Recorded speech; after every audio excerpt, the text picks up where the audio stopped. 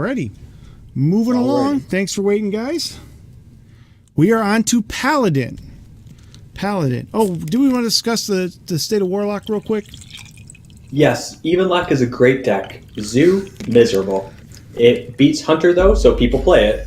There are other Warlock decks that exist. I alluded to a Control Lock deck. It is also bad. Play Evenlock, and then Gen will rotate. We will then play Control Lock, and we will hate all Zoo players. Zoo players will then stop playing Zoo because Zoo will be bad once the meta settles, and Control Lock will be a top-tier deck. There's not much more I can say. Touche. I didn't even make any bold predictions. I just said, it was all facts. There was no argument to be made. Yeah. I think Zoolock, the only thing I can say is that we're going to see Murloc Zoo again. It's going to happen because they're putting powerful Murlocs back in the game. And I think Zoo is going to be pretty popular for the first probably 2 months of the meta because it's a new meta and Zoo is always prevalent. But I think it'll settle down eventually. But Zoo's not going anywhere. If Zoo annoys you and you thought it was going away, it's not. Sorry. That's about all I can say.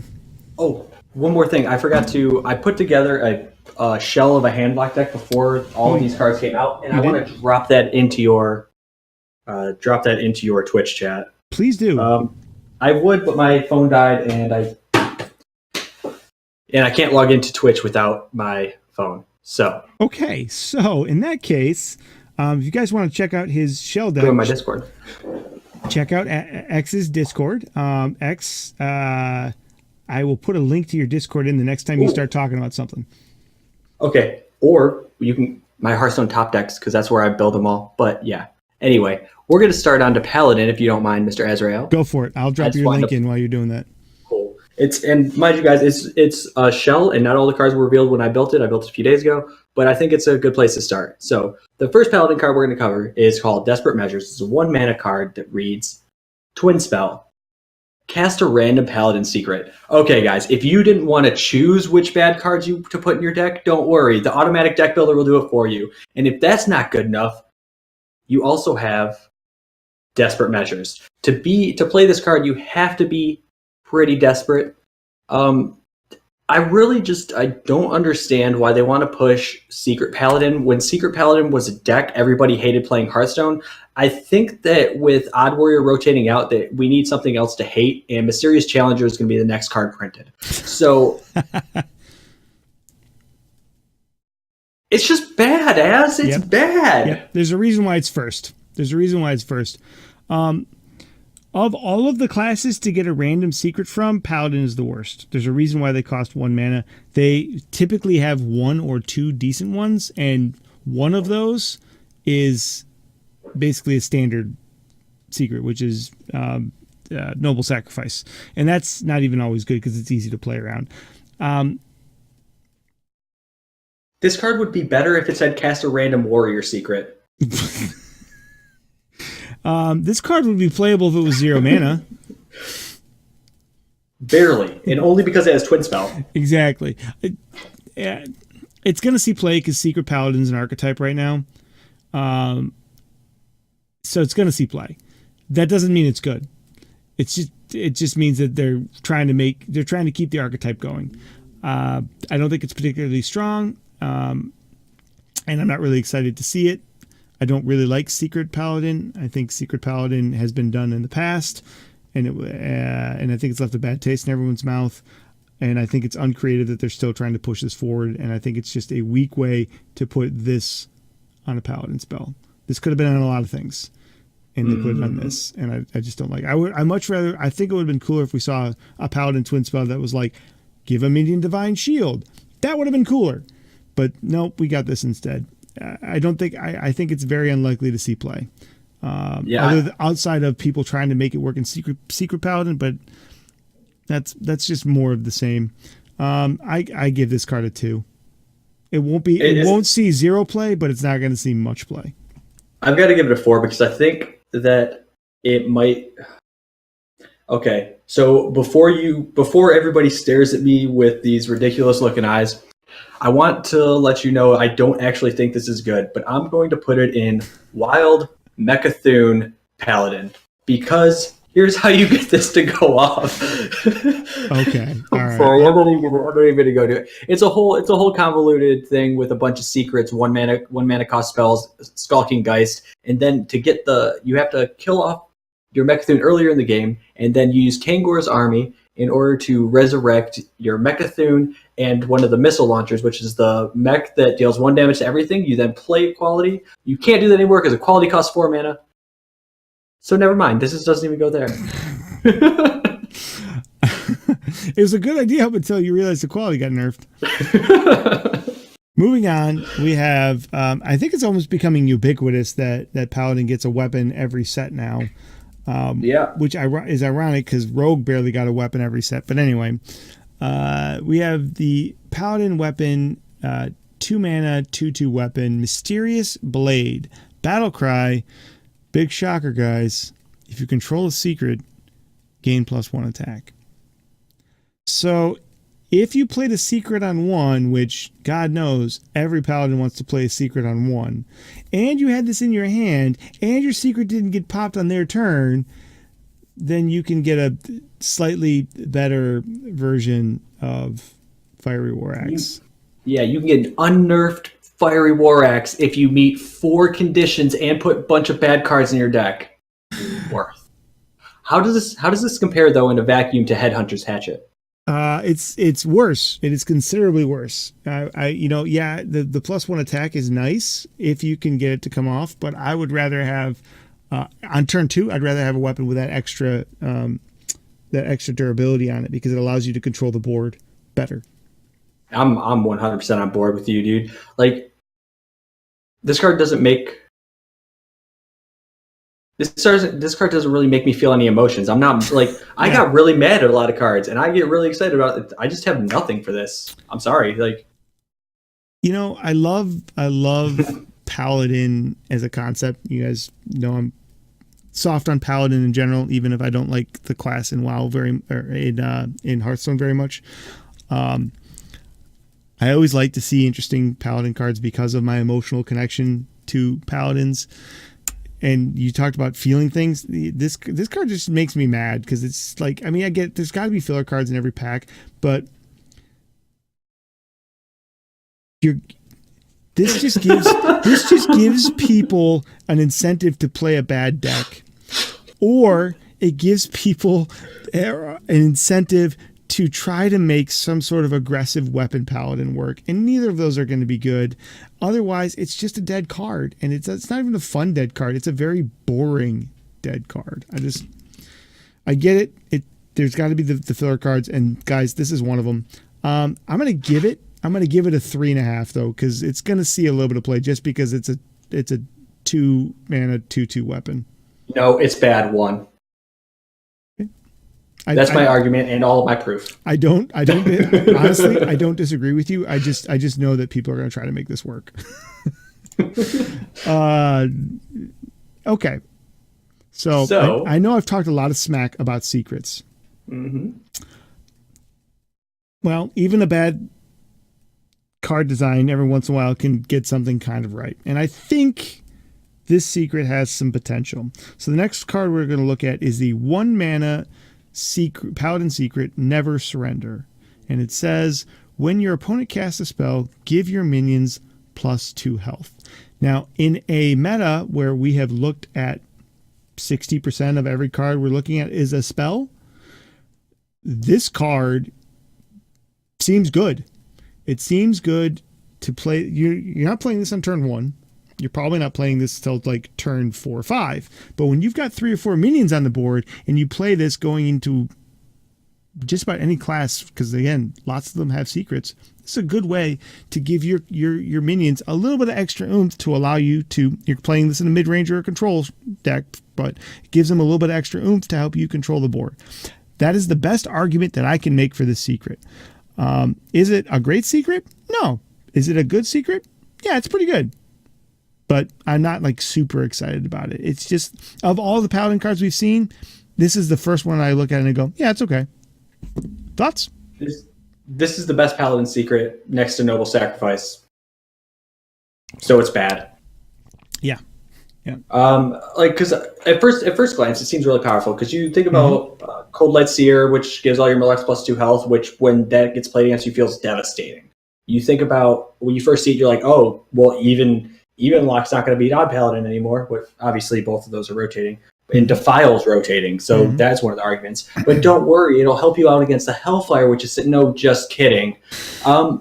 So what are you really trying? What does this help you against? It's not going to help you hit for more damage. It's going to help you survive. So you're trying to hit some sort of damage-based removal spell. Like this is supposed to be counterplay to a damage-based removal spell such as Hagatha's Scheme. Mm-hmm. But then just wait a turn, dog. They're just... I'm sorry. A lot of people are very high on this card, very afraid of this card. But Jesus Christ, can we get a single freaking halfway decent secret for Paladin? Right. Oh my God. Auto Defense Matrix is okay. Yeah. 3. Yeah. The only deck that I can see this working in, and I don't even know if there'd be room for it, is like a buff deck where you're like trying to like keep your guys long enough to buff them, but just play the buff on them. Don't waste a mana on this. I didn't think about that. It goes in Divine Interpriest. Yeah, that's about it. That's about it. So if you can somehow mind vision this from the Paladin, you're in good shape. I'm gonna say it's a 4, only because they're still pushing Secret Paladin, and this is one of the better ones, so it's going to get played by default. Yeah, that's about all I got. That's a 4. Still bad. Yeah, still bad. All right. This card. You want to go first? Because I've got some thoughts on this card. This 2-mana atrocity is called Lightforged Blessing. It reads, Twin Spell, give a friendly minion lifesteal. Because if you didn't already hate the Rush lifesteal Ziv that is Ziliax that has Divine Shield, or the Rush lifesteal Divine Shield that is Shirvala, both of which can be played alongside in the same turn of Crystal Smith Kangor, which doubles the amount of healing you have, if that wasn't enough for you, let's make sure to give 2 extra minions lifesteal. Oh, by the way, this is another card that incentivizes you doing nothing. Just sitting there waiting and beating your, doing nothing until you play a big minion, and then play this card once. And then you know what? The last 5 turns of you just hitting the hero power button and doing thing is completely nullified because you are now able to just gain 29 life in 1 turn. Thanks, Blizzard. Just what I wanted. Another freaking way for Paladin to move forward with an archetype, i.e. Shirvala OTK, in a world where we don't even need it to exist in the first place. Why are we enabling this? I understand you want to make Zandalari Templar work with the Call and all of this other garbage. You know, you want to see Crystallizer and the Turtle to see play the Ornery Tortoise, as it were. Like, I understand what you're trying to do, but did you freaking overlook the fact that all those cards are bad and not going to make it into a deck, into a class that has a lot of really good freaking cards and a lot of really good ways to win the game? And by good, I mean effective. I don't mean fun to play or fun to play against. I mean the cards, the decks, the games that are just going to end the life of my laptop and my computer, because when things get flung all over, it's always because of Shirvala. That's so funny. So, this card is like scary to me, right? It is. It is really, though. It's scary because you talked about it already. It's another way to enable OTK Paladin, which is one of the few OTK decks that we can see right now without some time to actually delve more into the deck list. It's one of the few decks that we know is going to survive, OTK decks that's going to survive. This is going to survive. Mechathune Priest probably is going to survive. Mechathune Hunter is viable, and Druid will probably find a way to be like toxic, and then probably Mali Rogue or even Mechathune Rogue will probably find a way to exist. Those are the ones that seem, but this is the only one we know for sure, for a fact, has the cards to at least continue to be a thing. This just enables it even more. This card is scary, scary good. I mean, and if nothing else, just because cards like Immortal Prelate exist. this synergizes with that. So now you put your Aurora Prelude in there, and then you just keep drawing those from your deck until you draw your Shivalas. I mean, there's all kinds of ways that this just gets silly. And anytime that you are making an OTK deck better, which this does, it's a strong card. It's a strong card. Other than the OTK decks, though, this can find a place in the Helidin archetype that they're trying to push. There are probably enough cards to make that work, but why would you want to play that when you can just play the OTK deck? Because if you're not playing an aggro paladin, why would you play anything else other than OTK? Is there any reason to either not play OTK, or because really that's it? It's just like with Warlock. You're either playing, even or cube, which are basically doing the same thing but in a slightly different way, or you're playing zoo, right? There's not really an argument for anything else. The same thing here. Same thing with Hunter. You're either playing some variant of mid-range Hunter or mid-range hybrid Hunter, which are basically the same thing. One's got a little more spells, but they basically do the same thing. Or you're playing Recruit Hunter, right? Or Cube Hunter. Same thing, right? Why would you play anything else? So why this will fit? This will fit into decks other than OTK. You're not going to have a reason to, because OTK or some version of Zoo or Murloc Paladin is going to be better. Thoughts? Yeah, and this plus timeout, just to add on to exactly what you're saying, this plus timeout is just like the worst thing that could ever happen. Yep. So for 5, stop Blizzard. All right, I agree. I refuse to rate this card. I'm going to abstain. That's fair. That raises a bigger question, though. Like, does Shrivala need a nerf? Something with Lifesteal, Divine Shield, and Rush. Any card that has those 3 things on it needs to be deleted from the game, because you should not. But Ziliax has those things, and I Ziliax know is Ziliax a fine should be deleted card, from the game. Right? Ziliax is not a fine card. Shrivala is not a fine card. Anytime that you should be punished. It's real simple. You fix it by changing Holy Wrath to not be able to go face. Oh, that works. I don't give a F if you do 25 damage to one of my minions. I mean, I care a little bit, but at least you're not going to cheese win the game. It enables the do nothing archetype. Yep, and we don't like that. It's boring, and it takes very little talent or very little thought. Yeah.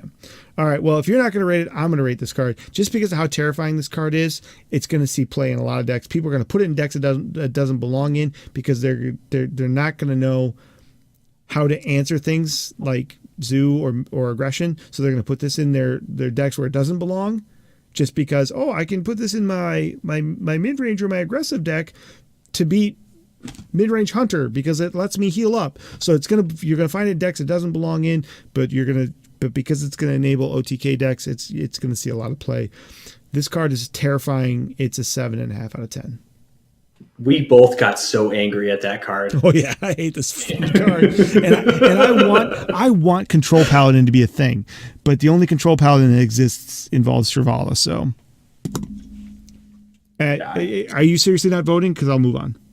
Yeah, just move on. Okay. I seriously abstaining from that. I will not be a part of the problem. Okay. Part of the democratic process is choosing whether to vote or not. Yeah, that is a choice. When you choose not to vote, you are actually voting. But moving on. Next card we have. Yep, the next card we have is a dragon. Thank God, we're getting to some cool stuff. Ooh. Paladin. People want to see dragons and Paladin. It's just a thing. Mm-hmm. So it's a 3-mana 3/2 called Bronze Herald, and it reads Death Rattle. Add 2 4/4 dragons to your hand. So at first, Ezreal, I have so many thoughts about this. Could you kick this off though? Yeah. Well, the first thought I have is the stat line, not great. 3 mana 3/2 is a high price to pay. Usually when you see something like that, you have to have a pretty good effect. Card draw is a decent effect, right? And this is card generation, not necessarily card draw. The 2 4/4s are 4 manas, so you are getting curve. So it is a way to guarantee curve. So in that respect, it's decent compensation for the price. However, you pretty much have to assume this card is going to die because it's going to get traded up from whatever they played on turn 2. So there's going to be a little bit of a momentum loss there. So you really have to get a lot of value out of those 2 4/4s, which you can't play both at the same time. And you're not going to play consecutively because you're probably going to play another card we're going to talk about on turn 5 anyway. So it's a really hard card to evaluate. I love card generation, even if it's not card draw. So I'm tending to lean towards giving this card more credit than it's due. But that 2 health on a 3 minion is really hard for me to swallow. But it is nice to have a dragon activator that fits in a dragon paladin deck that actually feels like it fits more. And that alone is enough in my mind, even though I'm not comfortable with it and I don't think it's the best stat line. I think it will make its way comfortably into dragon paladin decks. And there is an effect that we're going to talk about here in a minute that actually can justify the tempo loss here. But the thing is, though, is this is not a card you want to play on a naked board, right? Like, you're playing this on a naked board, you're probably in bad shape. So I think it's going to be a very hit or miss card, and there's going to be times where it's going to be correct to not play it. I agree. I agree with your assessment. You covered a lot of the points that I wanted to make. The biggest thing, though, is we drew different conclusions. You drew a very hopeful conclusion, and I drew a very pessimistic conclusion. I think that because of all the reasons you mentioned, except for the fact that it fits in flavorfully, because I like that part, that it's bad. Like it's a 3 mana 3/2. If I wanted a 3/2 dragon, I'd pay 2 mana for it, and you wouldn't be able to touch it with your hero power, and it would be a fairy. That's right. Fairy dragon, right. And that's just better. Mm-hmm. I don't care about your death rattle effect. When I see death rattle, it means nothing to me. Unless I can activate it and am incentivized to activate it, it means nothing. Right. And I think I misspoke earlier. I did clarify earlier. I meant to say if this was a battle cry, this would be a lot better. But it's a death rattle. Yeah. This is a death rattle, which makes it significantly worse. It's going to die. It's going to die in their turn. So you're not going to be able to buff it. Like, it would be cool if it was a 3/3 or a 3 mana 3/2 that you could play, get the battle cry, add the 2 things to your hand, and then synergize it by immediately playing something that buffs those cards in your hand. But instead, you got to wait for them to do something or for you to kill on the next turn. It's just too slow. Too slow, too weak. Cool idea, but as a death rattle, it just doesn't work. As a battle cry, I'd be a lot more excited about it. If this was a battle cry, what would you think? If it was a battle cry, this is probably a 7 out of 10 and an epic card. As a death rattle, it's probably a 2 out of 10. It's going to see a lot of people play because people are going to want to make it work. Then they're going to realize it doesn't work, and they're going to put Fairy Dragon in its place, like you said. Because people are going to try to make it work, I think it's a 3.5 out of 10. Because it'll see play for a little bit, and then it will not see play anymore, and that will balance it out. So it's going to be like a 5 for about 2 weeks, and then it's going to be a 2 for the rest of the rotate, or for the rest of this first expansion. Anything else? Bad. What was your rating? I gave it a 2. Yep, and I gave it a 3.5. So moving on. This is the other card that I want to talk about. Again, this is one of the cards that. Oh, I should probably say what it is. This is a 5 mana 3/5 minion dragon speaker. It's an epic minion. Its battle cry reads: "Give all dragons in your hand +3/+3." That's a lot of buff. Yes. How many dragons do you need to have in your hand to justify playing a 5 mana 3/5 on curve? On curve? Yeah, on curve. On curve. On curve, I'd need to have 1, but only if the dragon was cost 6. If the dragon didn't cost 6, then I need to have 2 dragons. Okay, so this is a card that you could reasonably justify playing on curve. Yes. Okay. So in that context, do you think that this is enough to enable Dragon Paladin? No. Okay. Do you think that there's enough in this set overall to enable Dragon Paladin? Probably. Like, there's going to be a way to make it work. It's an interesting archetype. You have your cathedral gargoyle, which is just an amazing card in general, which is a 2 mana 2/2. If you're holding the dragon, give it Taunt and Divine Shield, which is a fantastic card. I don't know if it's rotating or not because I didn't check the set on it before we came to this because I'm very well prepared. And but I mean, you have things like that, and people were able to make it work. There was the gargoyle is not rotating, by the way. Okay, so there was the even Dragon Paladin that was hanging around for a while, where it was really focused with mountain giants and and death rattles that added things to your hand. The Dry Gulch Jailer was a good example. The difference between the Dry Gulch Jailer and the Bronze Herald, which is the dragon we just reviewed, that adds 2 4/4s to your hand, is that A, it comes out a turn later, and B, you can't pull it out with. We used to hate this card when it was even. It's a Paladin card, pulls 3 Called Arms. Yeah, so you can't pull it out with Called Arms, which makes it significantly weaker. Right. So the pieces are there, and people are putting them together slowly.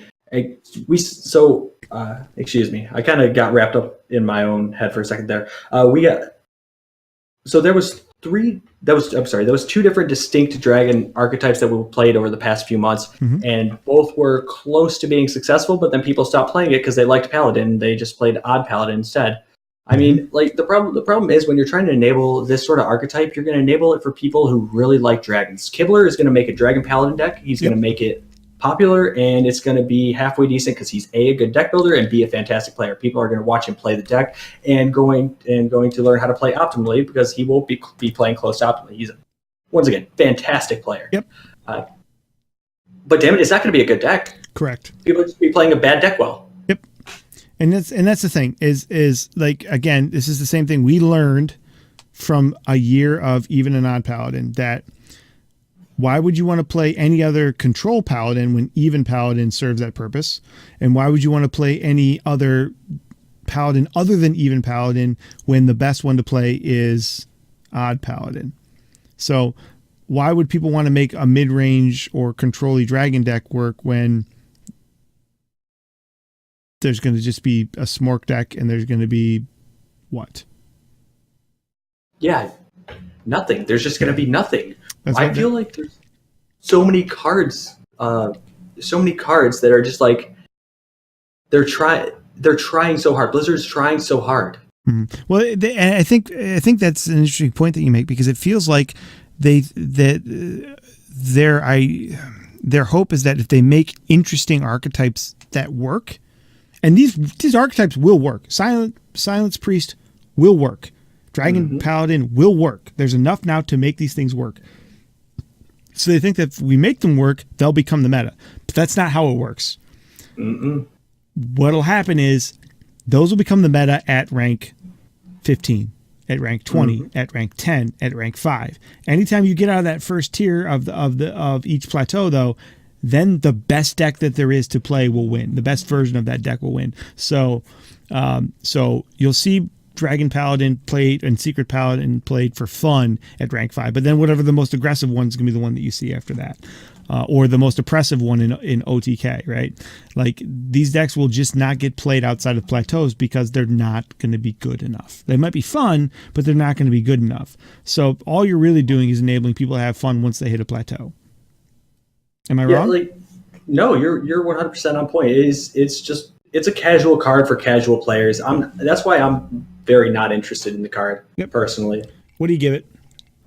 This has got to be a 4. This has got to be a 5 because there are ways to make it work. It does enable an archetype because without this card, Dragon Paladin has a really, really hard time existing. And this card isn't consistent, nor is it good. So if this is the linchpin and it's a 5, the archetype's not going to be great, but it will exist. Yep. 5, 5, 5, 5, 5. 5 is literally what I put it on it too. I'm not surprised we're on the same boat on that one. Here's an interesting card. Yes, it is indeed. It's a 3-mana paladin spell named Call to Adventure, and it reads: draw the lowest cost minion from your deck. Give it +2/+2. Also, Azrael, quick note, card art on this, absolutely beautiful. Oh, it's fantastic. It's so atypical of anything you see from Blizzard. Yeah, it doesn't even look like it belongs in the in what do you call it, the World of Warcraft universe, right? Yeah, beautiful art. I'm sorry, didn't mean to derail you. Go on, my friend. No, don't worry about it. I was thinking the same thing. I just didn't say it. The first thing that I thought of when I saw this card is, what is the easiest way I could pull Crystal Smith Kangor with this and have it be a 4/4? Yep. And then I realized that wasn't the best way to use this card. The best way to use this card was to play Odd Paladin and not put this card in it. Oh my God, that's funny. So for me, this card is another one of those things that I've talked about before, because This card text allows you to manipulate what you're pulling from your deck. This opens itself up to wonkiness and shenanigans and BS combos. So I'm wary of this card and its power. The price is exceptionally high for basically draw a card and give it a buff because it combines 2 cards into 1. But that said, it's going to make its way into decks. This is like, you're going to see anything, especially, we talked about this earlier. Card draw, card draw, card draw, card draw, card draw, cycle, cycle, cycle, cycle, cycle. They're losing, Paladin's losing divine favor. So giving them ways to cycle through their deck and pull stuff out of their deck and now buff it on top of it, getting 2 cards in 1, which essentially gives you double the value because you're not using an extra card slot and you don't have to draw an extra card to make the combo work. You're killing two birds with one stone in drawing a card and buffing it, and more importantly, you're drawing cards and you know what it's going to be, right? Exactly. So there's all these ways that this card can be either A, used to great effectiveness to buff a specific card, or B, pull a specific card out of your deck. And either way, they both lend themselves to shenanigans, and they are another card draw mechanic in a class that already has enough, or has had enough card draw for long enough. Is there going to be a way to make it work outside of OTK Paladin? Nope. Is it going to get played in OTK Paladin? Yep. Nope. You think so? Oh, it could. Absolutely. Oh, absolutely. Yeah, because you can think about pulling Baleful Banker out, or Kangor out, or one of those other cards that you need to thin your deck out, or just get you what you need to win. Should it get played in that? Probably not, but people will experiment with it. They'll experiment with it. Because think about it like this: you pull Call to Adventure out, you get Kangor out, and then you buff it with one of your things, and now you've got this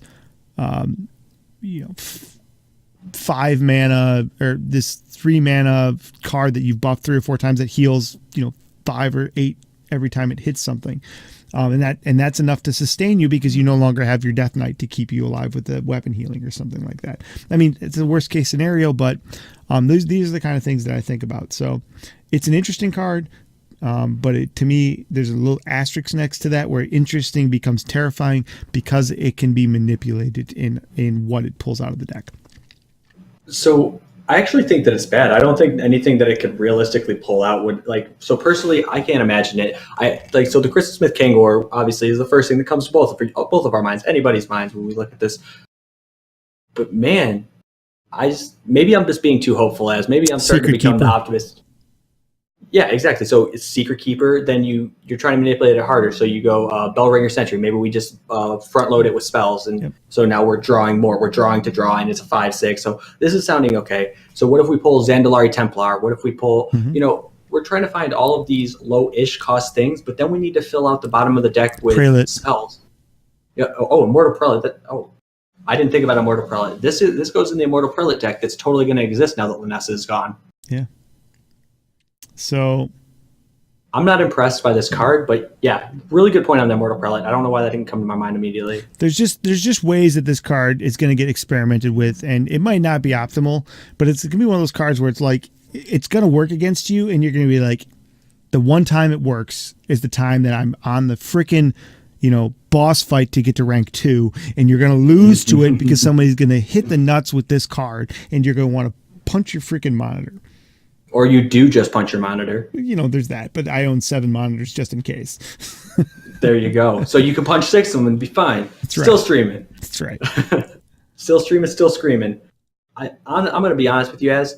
I totally 100% understand your fear, and it's justified. It is justified. Especially with that the card that will not be named. Sure, for Paladin. But it's still bad. I don't see it. I don't see it. Sure. It's a 3 for me, dog. Okay. 4.5. I'm not super up on it. It's going to get experimented with. You're going to see one copy of it in decks, and it's going to enable. I'm going to lose to this deck probably once a week, or to this You're card. You're already mad about losing to it. I'm going to lose to this card. I'm going to lose to this card being in a deck at least once a week, and I'm going to be very, very salty. Not because I lost to the deck, but because I lost to a deck that's going to have a 40% win rate, and I just happened to be one of the times that they won with it, and that's going to make me feel real salty. I love it. All right, moving on. This card, I think, is actually pretty freaking sweet. 5 mana paladin spell, another spell called Duel. It's an epic spell, and it says summon a minion from each player's deck. They attack each other. I like the wording on it. The wording's dope. It's just like summon a minion from each player's deck. Period. Very innocuous. They attack each other. Period. I just love the way it's worded. Clean, It crisp. feels good. Yeah, it feels good. Yep. There are a million ways to abuse this card. Yep. Catch me on Wednesday and you'll see the best way to abuse this card. I just haven't figured it out yet. Like it's pulling a combo piece out of your deck, yes. right?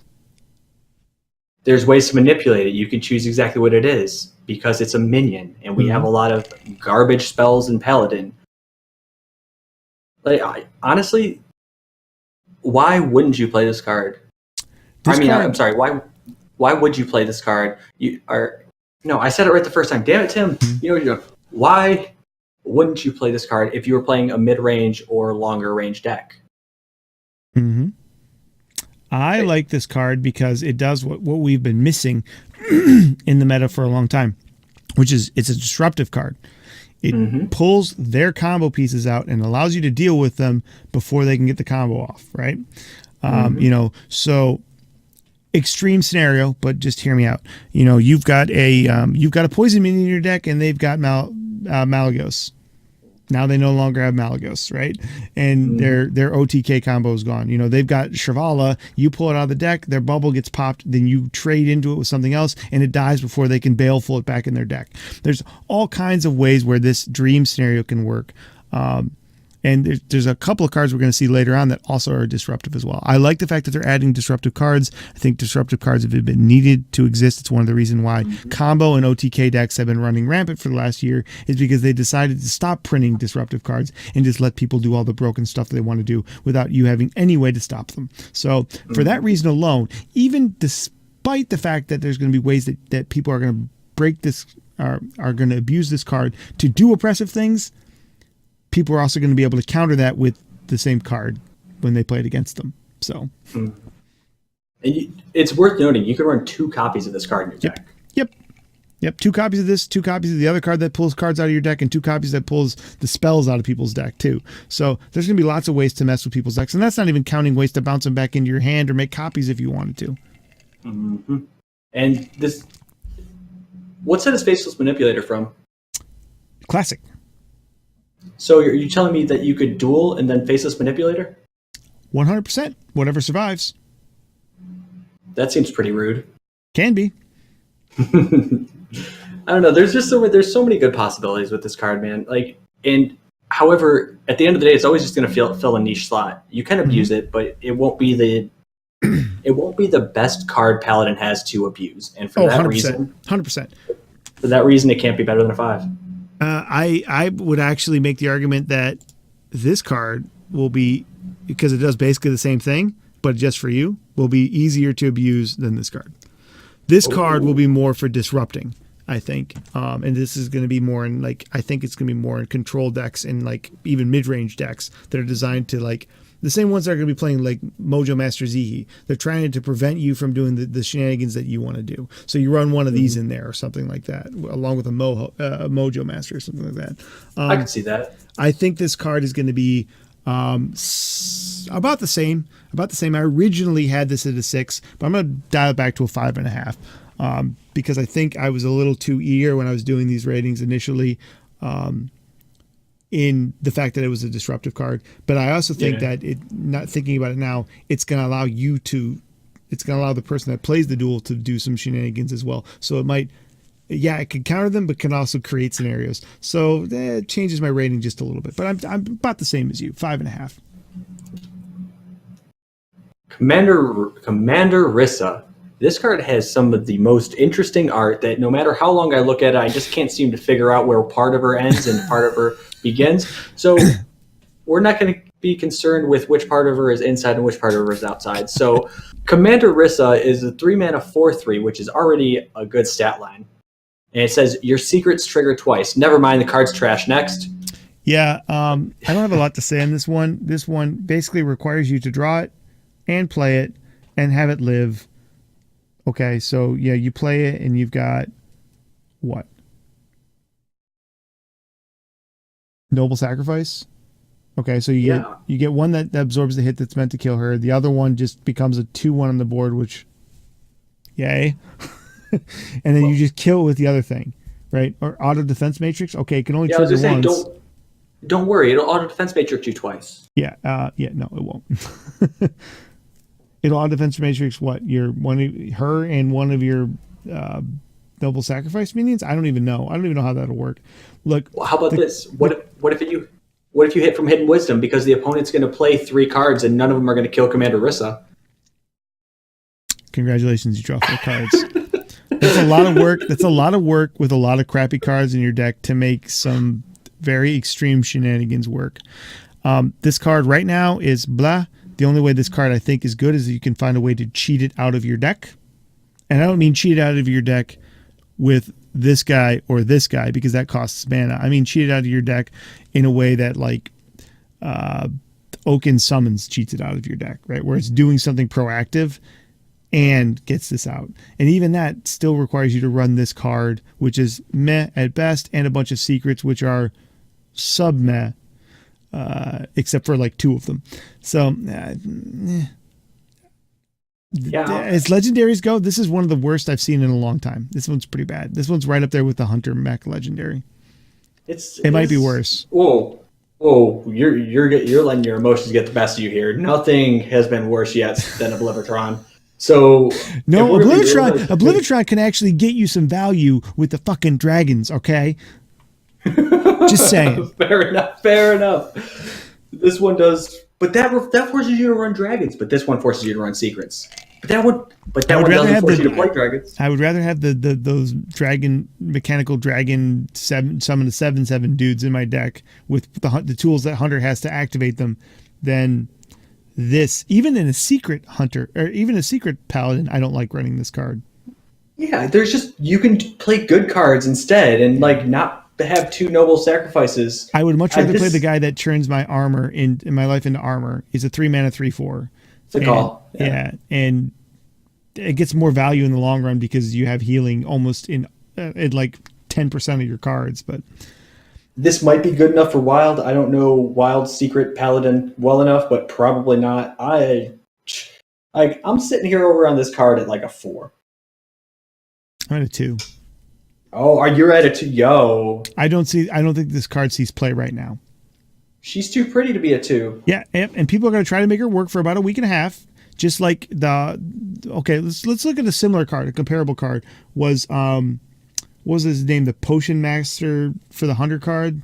That card literally gave you free secrets and nobody played it. Literally gave you Professor Putricide. Yes, that literally gave you free secrets and nobody played it. And that was a 3 mana, wasn't it? Or was it 4? It was a 4 mana 5/4. Even still, a 4 mana 5/4 is a better stat line than this is, and it gave you free stuff. And people didn't play it. So why would this see play? It shouldn't. I can't see this being, not right now. This won't see play right now. Moving on. You're getting so angry at these Paladin cards. I love it. Yeah. You remind me of me with Priest. Well, Paladin is a class that I've wanted to see control Paladin that wasn't OTK exist for a while, and these cards just aren't doing it. But some of them are good enough and scary enough to where we have to talk about them and consider the fact that Paladin is going to be a dominant deck until they address Shirvala, period. Yep. It's just going to be a dominant deck until we address Shirvala. And so because of that, Paladin made its way into the top third of cards or decks that we're discussing. Indeed. Speaking of, probably one of the more interesting cards, but also terrifying cards for Paladin is the other Paladin legendary, Nazari, a 10 mana 4/12 dragon battlecry. Restore both heroes to full health. Nosari, when he enables you to get popped in the face by 25 mana, by 25 damage Holy Might or whatever that is. Holy Wrath, whatever. So this is another way to keep you alive until you can pull off your Shrivala combo. It's 100% what this is. It's going to be in Shrivala decks. And I'm not happy about it. It's a cool card. I like the card. I like the look at it. Doesn't it kind of remind you of Bookworm? Like the dragon? Yeah, but not blue. Yeah, just golden. Yeah. I see that. Yeah, I like that. And no glasses. So it's his cooler older brother who's on the basketball team. Whatever. Yeah. But for real, if you look at this as like trying to put this into a dragon paladin deck, you're doing it wrong. Just play Ysera because Ysera is a good card and doesn't cost 10 mana. This doesn't belong in a paladin deck or dragon deck. You can play a secret next to Ysera. Yep. Which I guess makes it better than Nazari because apparently paladin secrets are good. I missed the memo, but apparently they're good now. Right. So the only thing that this can do is enable Shrivala. Yeah. I'm done with Shrivala enablers. I'm just done. Yeah. Reading the cards on like text on cards like this and it's just incredibly frustrating. Yes. This should enable like control paladin, but it doesn't. I agree. But it doesn't because Shrivala exists. Because Shrivala exists, you're not going to play. If you're gonna invest in a deck that wants to go that late into the game, you're going to throw Shrivala in. If you're going to throw Shrivala in, then you got to throw in the cards that make Shrivala even better, because it's stupid not to. Because then you're just trying to make a sub-optimal deck work. People completely stop putting Uther in OTK Paladin. Yep. When you're not putting Uther in decks, that's sad. I mean, in OTK decks, you're not putting Uther in an OTK Paladin deck because the Shrivala version is just better. Yep. Okay, so what do you give this card? I got to give this an 8, and I hate it. I hate every single fiber of my soul for even telling you I think this is an 8. I gave this card a 7. And you're too optimistic. Yeah, I gave it a 7 because originally I wanted to give it more because I first saw this I was like OTK I first saw this I was like, oh sweet, it enables control paladin, which is what I wanted, and then I remembered that OTK paladin is just going to take its place. So it's not going to see as much play. It's not going to see as much play because because OTK Paladin is going to be the dominant deck, and it will make its way into OTK Paladin decks on occasion, but it's not needed. It's really not. But it will enable it when it's in there. So it's right there on the cusp. If Shrivala ever gets nerfed, or the cards that make Shrivala good ever get adjusted at all, if something happens to change Shrivala being dominant, this card becomes much higher because it's going to enable those control your paladin decks that are going to run, the Mysterious Challenger or whatever it's called, and they're going to run, all of the fun, super expensive and crazy paladin cards that we love. But until that happens, this card's just not going to be able to edge its way into the control scene. So, but I love the way it looks. Oh, it's a beautiful card. One of my favorites. Okay, now we get into an interesting. Do we want to talk about the State of Paladin? I'm sorry. Yep. State of Paladin. I'm sorry. Yes. So currently, Paladin's seeing a lot of play. If you look at any tier list, it is the top number 1, 2, 3, 4, 5, 6, 7, 8, 9, 10 decks. Yep. It's powerful when you put Baku in it. It's powerful when you put Gen in it. It's powerful when you don't put either of those two in it. It's powerful when you put the worst possible cards from the class in it. In fact, Secret Paladin, I think, last I checked, was the number 1 rated deck on HS Replay, followed by Odd Paladin, followed by Even Paladin. Yep. And you know what number 5 is? Followed by Death Rattle Hunter. And do you know what number 5 is? Mid-range Hunter? I don't know. Zoo, really? Zoo Paladin, yeah. Zoo Paladin was I haven't checked in a couple of days, but the Zoo Paladin deck, which EO has been endorsing since February, January. Whenever you did your deck list or your deck guide on that, and that deck with very few changes is one of the top 5 decks from rank 5 to legend. Let's go. Still, so you're talking about 6 of the top 7 decks, 7 of the top 10 decks are all fucking Paladin. And I'm Don't worry though, they didn't get any enablers for those cards. They just got enablers for the freaking oh my god. Oh my god. So we can move on to Mage now. Yeah. So where Paladin is going, I think we talked about this already. That's kind of where Paladin is now. Gen and Baku are getting nerfed. Doesn't matter. You could take them out right now, and there's still going to be, 4 viable Paladin decks that can be played right now, even after taking those cards out and nerfing the class like 3 times still. Where they're going now, though, is you're gonna see some sort of aggro deck because it's Paladin, and they still have enough cards to enable it. Probably going to be Murloc based, maybe, but definitely going to be some version of aggressive Paladin that will exist. Probably secret, actually, is the most likely one.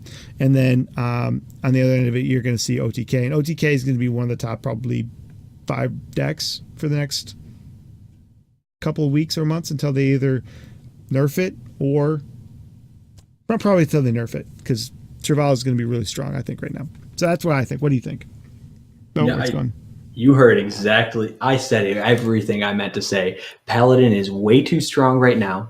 Paladin is getting enablers for the most oppressive version of that, because when I lose to Odd Paladin or when I lose to, I don't know, Secret, I don't lose to Secret Paladin, but if I were to lose to Secret Paladin, it wouldn't feel as bad as waiting 74 turns of the enemy healing to just die.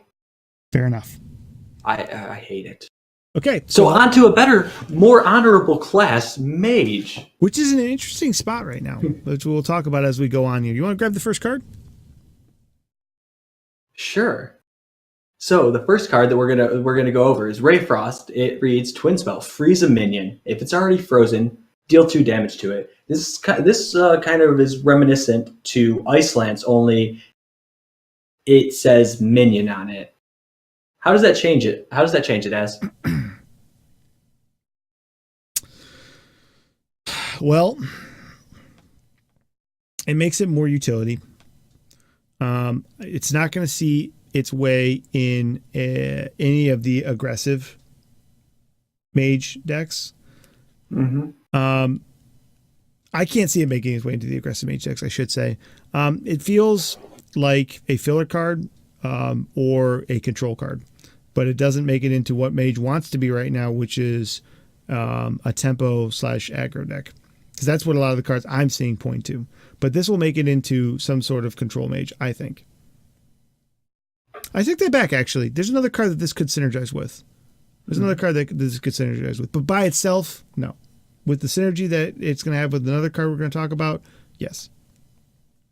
So I've looked at this card a lot because this is the most interesting card to me, because we know that 1 mana freeze a dude is not good. We know that 1 mana deal 2 damage to a dude is okay. Yeah. So because it has Twin Spell, I think that actually matters, but only because it's Mage. If this was anything other than Mage, I would throw this card into the blender that's in a car of cards. I don't know. Right. I'm tired. Leave my dumb brain mouth alone.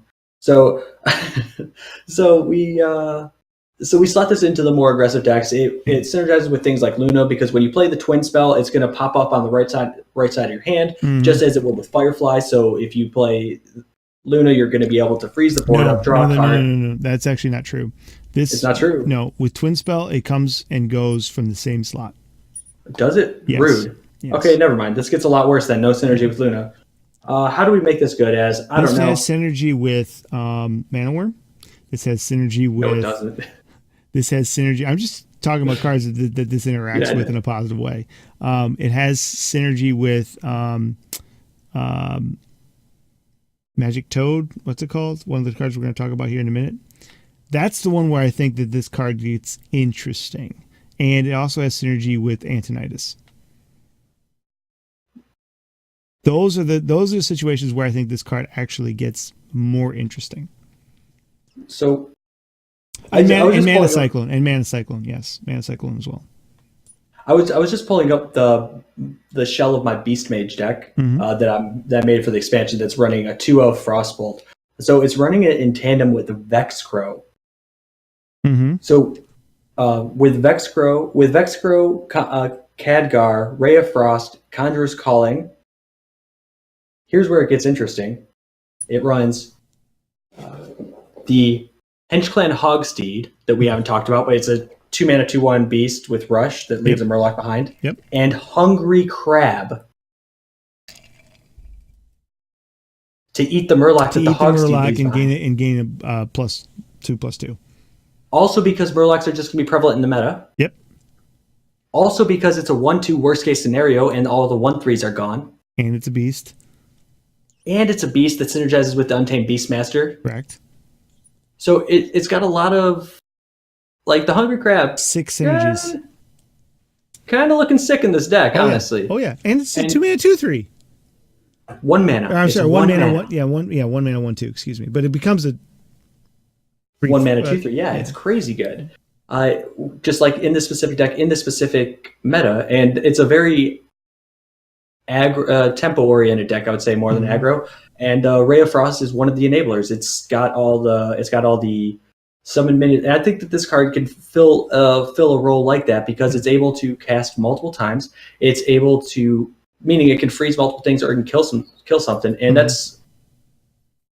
Well, we know freezing things for cheap is powerful. We've seen that with Glacial Shard. Sure.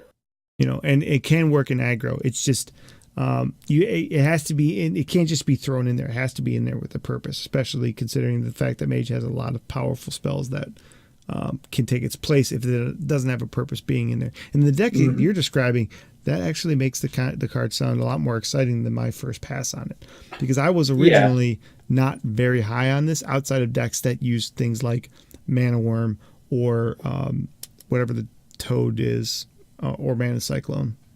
Yeah. So, like with that in mind, I think if it can fit into that sort of deck, it might could fit into other sorts of mid-range decks or more refined lists, because it feels good with what Blizzard's trying to push. And since Mage doesn't have a clear spot right now, because let's be honest, Big Spell Mage isn't good. It's only good because people don't know how to play against it, and because Jain is a freaking infinite value card that never should have existed in the first place. That takes you from literally having done nothing in the entire freaking game, except for on turn 4 you point out a Dragon's Fury, into turn 5 playing Dragon's Fury, into turn 6 playing Blizzard, into turn 7 playing Flamestrike, and turn 8 playing Flamestrike, and then dropping Jaina and just winning the game. Right. Or even better, just doing none of that, and then on turn 9 playing Jaina and just winning the game, because that card is freaking dumb. Right. So Big Spell Mage is bad because it has no win condition. Right. There's no. This is excuse me. What I'm trying to say is going the direction Blizzard's trying to push us it's the only direction we can go at the moment. So I think that you're going to see APX Voids playing this card a lot because it interests me a lot. And APX Void, if you guys don't know him, he is the Mage guy. He's the best Mage player in the world. Yep, he is exactly. He is the Mage guy. So I'm gonna wait and see what he has to say about it. Right now, I'm gonna give it. I have to throw a 6 at it myself. Like, I see a lot of possibilities, but I could also see where it's just a flop and it's just another insert name of bad low cost Mage spell here. Originally, I was lower on it, but having talked to you about it, I'm going to go a little higher. Originally, I had this at a 4. I'm going to put it at a 5. I'm going to put it at a 5. You've convinced me enough to actually adjust it, because I think it's going to see a little more play than I thought it would. I thought it would, that the Mage decks were going to be too tight to fit this in, but I think you've convinced me enough to see, especially going through the deck list you just talked about. I can see it. So I'm going to go with a 5 on this one. Next, we have kind of an interesting card. 1 mana Mage spell, rare Mage spell, Magic Trick, which reads, discover a spell that costs 3 or less. To me, this is another card. This is a card that in any kind of tempo or aggro Mage, I originally thought would push Ray of Frost out because they have the same cost, because it synergizes better with things like Antonidas, Mana Worm, and whatever that toad's name is. Because it just allows you to get spells which trigger all of those things to get better. And you're getting cheap spells, which is what you want to trigger more of those things to happen. And things like Cinderstorm and Magic Missiles are cheap damage spells, or Frostbolt or whatever are cheap damage spells. So I actually was higher on this card than the other one for those reasons. What are your thoughts? So it's bad. Like, you're discovering a spell that costs 3 or less and you're paying 1 mana to do it, you don't get a discount. Mhm. If Primordial Glyph said discover a spell that costs 3 or less, it costs 2 less to play, Primordial Glyph would be bad. A Primordial Glyph is good because it can discover situational and powerful spells. Sometimes when you're playing a Tempo Mage deck, you need a Pyroblast to finish them off. That always feels good. Sometimes you need a Meteor because you know they're going to play a Lich King on 8. So on turn 6, when you have the 2 extra mana, you go ahead and you grab your Meteor from the Primordial Glyph. But it's really... it loses that flexibility. Mm-hmm. For that reason, I really don't like it. It'll probably see some play. It'll probably see play alongside Vexcrow because, you know, you could play this and the spell you discover and Vexcrow all in the same turn. But you're doing too much for 2 2-mana minions and a 4-mana 3/3 if that's your plan. Mm-hmm. You know, this... honestly, for this to be a playable card, it can never be good. Like it will never be good, but it could be playable. And I don't know, man. Like there are very few 3-mana spells or less, right? Like that's what it's you've the got, secrets. You've got secrets, and you've got a handful of other spells, most of which are not good. Yeah, true. And I think that's the worst part about it. It's not even the mana cost. It's the fact that you're playing this and you're hoping for either a good secret or Frostbolt. Or something like Frostbolt or Cinderstorm. And if you don't get it, you're getting, you know, Mirror Image, or you're getting, you know, a secret you don't want. But like I said, to me, I envision this card being used in cards that want to get as many spells out as cheaply as possible, and they care less about the spells that they're getting and more about the activations for the other things. And because of that, people are going to jam it. I think people are going to jam it into spells with Mana Worm and with the Magic Toad and with Antonidas just for the value. Does that make it good? No. But does it mean I think it's going to see a little more play than it should? Yes. Anything else you want to say about this card? I'm going to put this guy at a 2 and let you have the floor with it. I have it at a 3.5. I think it's going to be right on the edge of seeing play, and it's going to be bouncing in and out of decks, but not very consistently. You'll see it in Tempo Mage, I think, like a quarter of the time, just enough to make you go, man, they play this? That's bad. And then they're going to get like 4 triggers off of it, and you're going to be like, because they're going to Magic Trick into Magic Trick into Magic Trick, and you're going to hate your life. Mm-hmm. So, but outside of that scenario, you're going to be like, they're playing Magic Trick? Thanks, I just won the game. Anyway. Yeah. All right. Next we have Messenger Raven. Messenger Raven is a 3-mana, 3/2 beast that reads Battlecry. Discover a mage minion. This card is actually one of the things that gave me inspiration for this beast mage that I was just talking about. Mm-hmm. And then as I went through and I began building the deck, I realized how bad this card actually is, because in the deck that this card inspired, it didn't fit. Right. So that puts it at the same level as Oblivitron, which makes it a, bad card. That 3-mana 3/2 price tag is steep. You have to have a pretty good, and it's interesting because if it was a 2-mana 2/2 or a 3 or a 4-mana 3/3, it would be okay. But at a 3-mana 3/2, it's awkward. It would be okay for the Discover mechanic. Not great. It would be okay. I would much rather pay that than this at this mana cost. Fair. This is what I'm saying. Right? Yeah, no, you're not wrong. That's what I'm saying. It's just in an awkward spot where it just feels so much worse. Like, I don't like paying 2 mana for a 2/2, and I don't like paying 4 mana for a 3/3. But paying 3 mana for a 3/2 feels so bad. Even with something as powerful as Discover, which I love, and even something as specific as Discover a Mage Minion, because there's some Mage Minions that are pretty bonkers good that you would love to get an extra copy of, like just another Messenger Raven or an Antonidas or the one thing that gets more powerful with secrets. I can't remember what it's called. Dalaran. Well, Crystal Runner? Whatever it is. I don't know. The one that gets +2/+2 every time at the end of every turn when there's a secret in play. Yeah. There are some interesting mage cards that you can get, but it doesn't fit in a beast mage. This is like almost in like a mid-range or a value tempo-y kind of thing. And even that doesn't, with that stat line, doesn't make sense. The best case scenario I can think of from this card is when you get it for free from another Discover mechanic. Yes, that I agree with. Then you're getting like value out of it, and you go, okay, well, I don't like it, but it was free, and it's going to give me another free thing, and the value kind of makes it worth it. But putting it in a deck is going to be very hard to get it to work. And it's not that discovering it is going to be good. It's you're discovering this one because literally every other one was had anti-synergy with your deck. This is not one you're trying to discover, even if it is for free. You're trying to discover, I don't know, give me a bad mage minion. That one, you know? It's just right. Yeah, it's not good. It's not good. 3 out of 10. It's going to be a 4 out of 10 because people are going to fall in love with the card and they're going to try to make it work, and it's going to see a lot of play. People are going to do like really bad things by like taking out cards that actually work, like Sorcerer's Apprentice, and putting this in and go, oh, it's only 1 mana more. It's close enough. So it's going to see, it's going to see play more than it should outside of like randomly discovering it.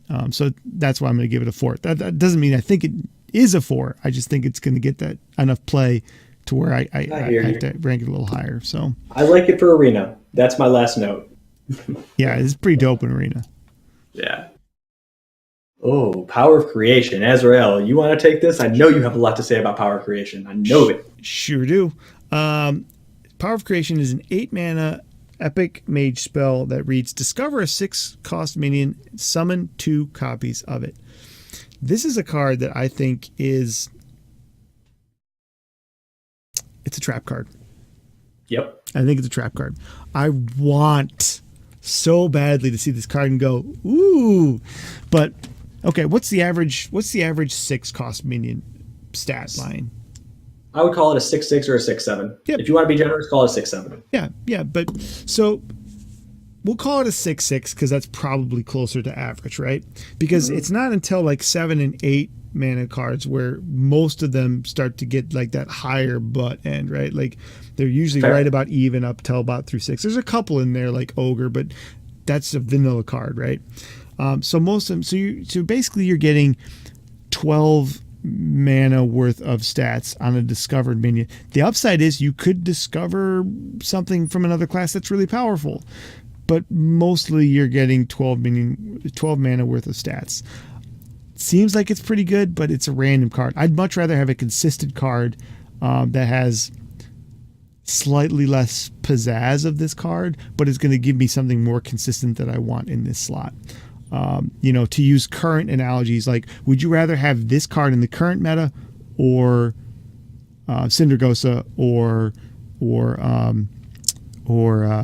Lich King in your deck right now, to give people a context of something that they can relate to, right? Mm-hmm. I would rather have Syndragosa or Lich King because they're going to be more consistent for the same price.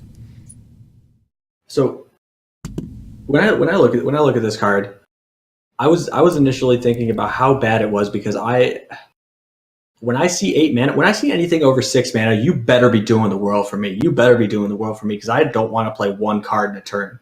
Yep. Well, you play 2 cards in this one. Go on.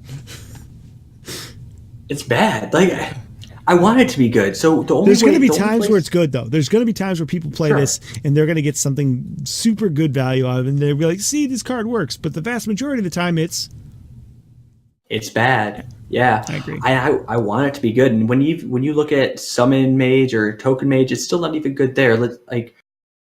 Because even with Khadgar, if you play with Khadgar on the same turn, then you get for 10 mana 4 6-cost minions, which then get Deathwing, Doomsayer, or not Doomsayer, Twisting Nether. Just like Mass Hysteria. There are a whole lot of ways to deal with this, and I'm not saying it's bad because it gets dealt with. I'm saying it's bad because it gets dealt with cards that cost a lot less than it. And it's bad because when it combos, its best case scenario, when all of its combos go off and the world, just the stars align, it still is fucking bad. Yeah. So I can't put more than 3 on this. I can see where if you play Collect Ghosts and then you drop a Power Creation, you have some. But there's always going to be some fantastical thing you can do with a card that reads do some powerful stuff, but I cost way too much. Yeah. I mean, it's just, there's no way to make this consistent enough to be an abusable, powerful card. And the only way this is ever good is if it's abusable. And if this card ever becomes abusable, then Mage becomes oppressive. Yep. And this is going to be a rare scenario where I talk about my rating on this card. And normally, these cards that are like bad, but they're going to get a lot of play or a lot of experimentation, I tend to rate a little bit higher. Not in this case. In this one, I originally had this at a 2. I'm leaving it at a 2. It will see experimentation, but it's going to be a lot less. And because it's so expensive, even people that are not good at building decks are going to look at this card and they're going to go, I can't make it work. And it doesn't do anything. If you're trying to make it work, it's going to skew your deck so badly that you'll play it once or twice and you'll be like, nope, I got to name a random 8-drop in there. I mean, any 8-drop in there. Better than that, a random 6-drop. Yeah. Put Gang Greymane in the deck and with odd cards in there. Yeah, there you go. Put Pit Fighter in there. Because it'll be consistent. That consistency and that predictability is important. The thing is, you're not going to be able to swing with these minions until turn 9. Yeah. If you play the Gen on turn 6, then you get to swing for it for 3 times before you'd be able to swing twice with Power Creation. Exactly. It's just so much. Yeah. You have it at a 2, my friend. I've got it at a 4. Yeah. We can pass up this Power of Creation. Yeah. Powerless. Yeah. This is something that could be better later if they have some sort of cheat mechanics or something, or some other thing that rewards you for playing expensive cards, like they bring back some version of Spiteful or something similar. But as it is right now, it's like Glacial Mysteries or whatever. It's another 8-mana card that's not going to see play. That you don't know why it even exists. It's a reverse filler card. It's a card that's way too expensive for what it does, but they don't want to keep printing all of the bad filler cards as 1 and 2 mana cards, right? So they make these super expensive cards that are costed in a terrible way, so they'll never see play. Moving on. It's a low-key way to nerf Tome of Intellect. There you go. So Mana Cyclone is the next card we're going to cover. It's a 2-mana elemental mage minion that has 2 attack and 2 health. It reads Battle Cry. For each spell you've cast this turn, add a random mage spell to your hand. This is a pretty interesting card when you pair it with what Azrael was alluding to, alluding to earlier, which is the Tempo Mage archetype, which both he and I agree is going to make a pretty quick comeback. Mm-hmm. Like, everyone's talking about how Zoo and Hunter are going to be the dominant decks. I'm over here looking at Tempo Mage. Yes. I'm going to be playing a lot of Tempo Mage. Tell me how this card fits into Tempo Mage. Well, I'll say this.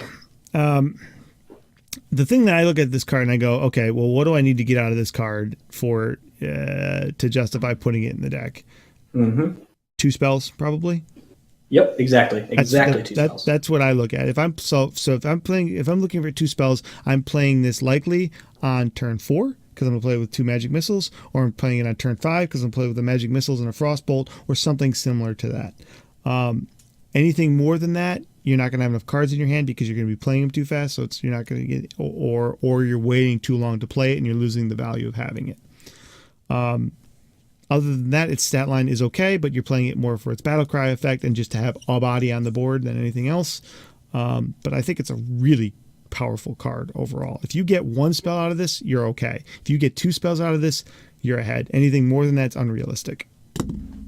I like any card that replaces itself in a tempo-oriented deck. This card replaces itself. Twice. Twice? Theoretically. Yeah, absolutely. Yeah.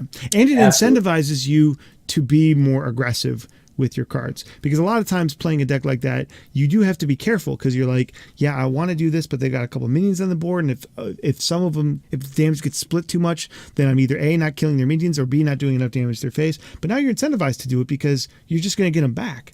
So it allows that, it fills an important hole other than just replacing itself, which is, card generation and sustainability. Other than that, it fills another important hole, which is it allows them to not have to be as scared about doing the things that they want to do, which is a huge boon. I mean, think about it. That adds, 25 or 50% damage to a round of play because they're just going to be able to do something that otherwise they're going, I should probably use some minions to kill some stuff, then play these cards, which is anti-tempo. Right. So yeah, no, this card's good. It needs to be used correctly. Yeah. I think this card is an easy 6.5. I'd be surprised if you were more than a point off in either direction. 7. Yep. And I wanted to go higher, but I had to temper myself because I was getting excited about it. But 7. When I saw this card and I was doing my list, I was like 7, like in dark writing. So yeah, this is a really, really cool card, and especially even with some of the cards that I'm kind of met on, like Ray of Frost and Magic Trick. I mean, this card makes those cards viable, right? Or at least considerable. Yeah, usable, exactly. This card is kind of bonkers. I love this card. Go for it. Yo, Kieran Tor Tricaster. Kieran Tor Tricaster is a 4-mana 3/3 that reads spell damage +3. Your spells cost 1 more to play. But don't worry about the last clause. It says spell damage +3 on it. So right? I'm super excited for it. Even if your spells do cost 1 more, let's compare this to the Anomaly. The Arcane Anomaly is a 3-mana 4/3 minion that was from Ungoro. Yes. I think Ungoro. I'm going to say Ungoro, and if I'm wrong, don't tell me. I think it is Ungoro. So it's a 3. That one was a 4-mana 4/3. Yes. Yep, 4-mana 4/3 that said spell damage +2. Mm-hmm. So this gives me an additional spell damage, but my spells cost 1 more. So let's compare if we had 2 Arcane Missiles. I think this is a fair thing to say. That was the example I was going to use. Go for it. Let's go. So with the Arcane Anomaly, we now have the Arcane Missiles, which are normally 3, go to 5. So we have 2 with 5, which is 10, which is crazy good for 6 mana, right? And so for 8 mana, with the Arcane Trickster, you now get 3, 6, 12. So for 2 mana, you're now doing 12 random damage for 3 cards. I think that just sounds absolutely insane. This is a perfect replacement for it. And if you pair this with Spellzerker in the same deck, Blood Mage Thalnos, Kieran Tor Tricaster, you now have, and Amani Berserker, you now have the shell for a minion-based Tempo Mage deck. It might even be able to be flipped over into an aggressive mage version rather than a Tempo Mage version if we can find some way to maintain the early board state. Or some earlier way to provide that massive final turn burst. Because with any Tempo Mage deck, there's a point at which you need to completely give up on the board and just say, hey, I can't do it. All the rest of my cards need to hit them in the dome piece. And we need to pray. So exactly. Now, also, the Anomaly is Boomsday. Call Me Manu just pointed that out. So it's not rotating. I'll play them both. There you go. He raised an interesting question that I'd like to address, and then if you want to pipe in on it too, I'd love to hear your take on it as well. But he says, wouldn't you rather do the +2 spell damage without the extra cost? I understand where you're coming from, but think about it like this. Early in the game, sure. But if you're playing like on turn 6, what do you care more about? Do you want to have as much value as possible, or do you want to use all that mana? Probably chances are you don't have many cards in your hand at that point. So, you play this on turn 4, right? And you're protecting it maybe with your secrets because maybe you're running the secret package, or you just have the board because you're nuking the crap out of everything so you can protect it with the other minions. Then on turn 5 and 6, yeah, you're paying more mana, but you only have 2 or 3 cards in your hand at this point. So how many times are you playing Tempo Mage on 5 or 6 and you've got 2 or 3 cards? You play all of them, you've got 2 or 3 mana you've just wasted.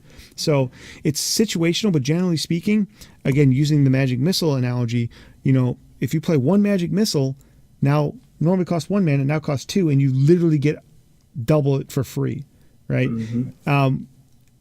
That's the equation they have to run. This is something that we were talking about earlier in the VODcast about how cards like this are rewarding you for making good decisions, right? And this is an example of, okay, do I play this to get the +3, or do I play the Anomaly instead to get the +2? And knowing when to do those and how to do that is a decision that you're going to get rewarded for. Is one better than the other one? The answer is it depends. It depends on the situation. And especially like X said, if you're running both, now you've got a choice and the good decision making is going to get rewarded. And that's one of the things that he and I both like about this set is that they're rewarding more good decision making and strategic thinking, and not just, oh, I drew the cards I needed, I win. X, you want anything to add or to comment on that? Por qué no los dos? That's it. Why not both? There you go. Rating. Oh, this card is really good. This card is, if anybody's sleeping on this card, they need to wake the hell up. This is a 7.5. This card's nuts.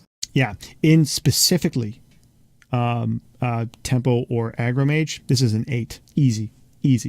But this could find a place as a one of in a lot of decks. I mean, think about the synergy that it has with Shooting Star. Oh yeah. I mean, Shooting Star alone makes this viable in mid-range decks, or control decks if you wanted to. I mean, couple this with Blizzard. Yes, Blizzard. That's the card I was thinking of. That you can't do that because that's 7. No, we're tired. Oh, it would be 7. It would be 7. Yeah, but it doesn't have to be it doesn't have to be in the same turn though, right? Blast Wave. Yes, Blast Wave is another good example. The point is there's a lot of ways that this makes sense, but it's 90% of the time going to be used in tempo and aggro decks, and it's going to be very, very good in those. You're going to hate it, I promise. Yep, you're gonna love it if you're playing it. You're going to hate it if you're playing against it. Dart Frog, Magic Dart Frog. This is the card that I was trying to say before. This card is, I think, real good. Real good.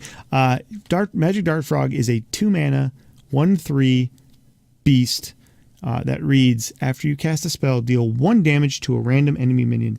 This is a half of a Flame Waker. And if you guys remember the Flame Wakers, that was a 3-mana or 4-mana 3-mana 2/4? Yeah, something like that.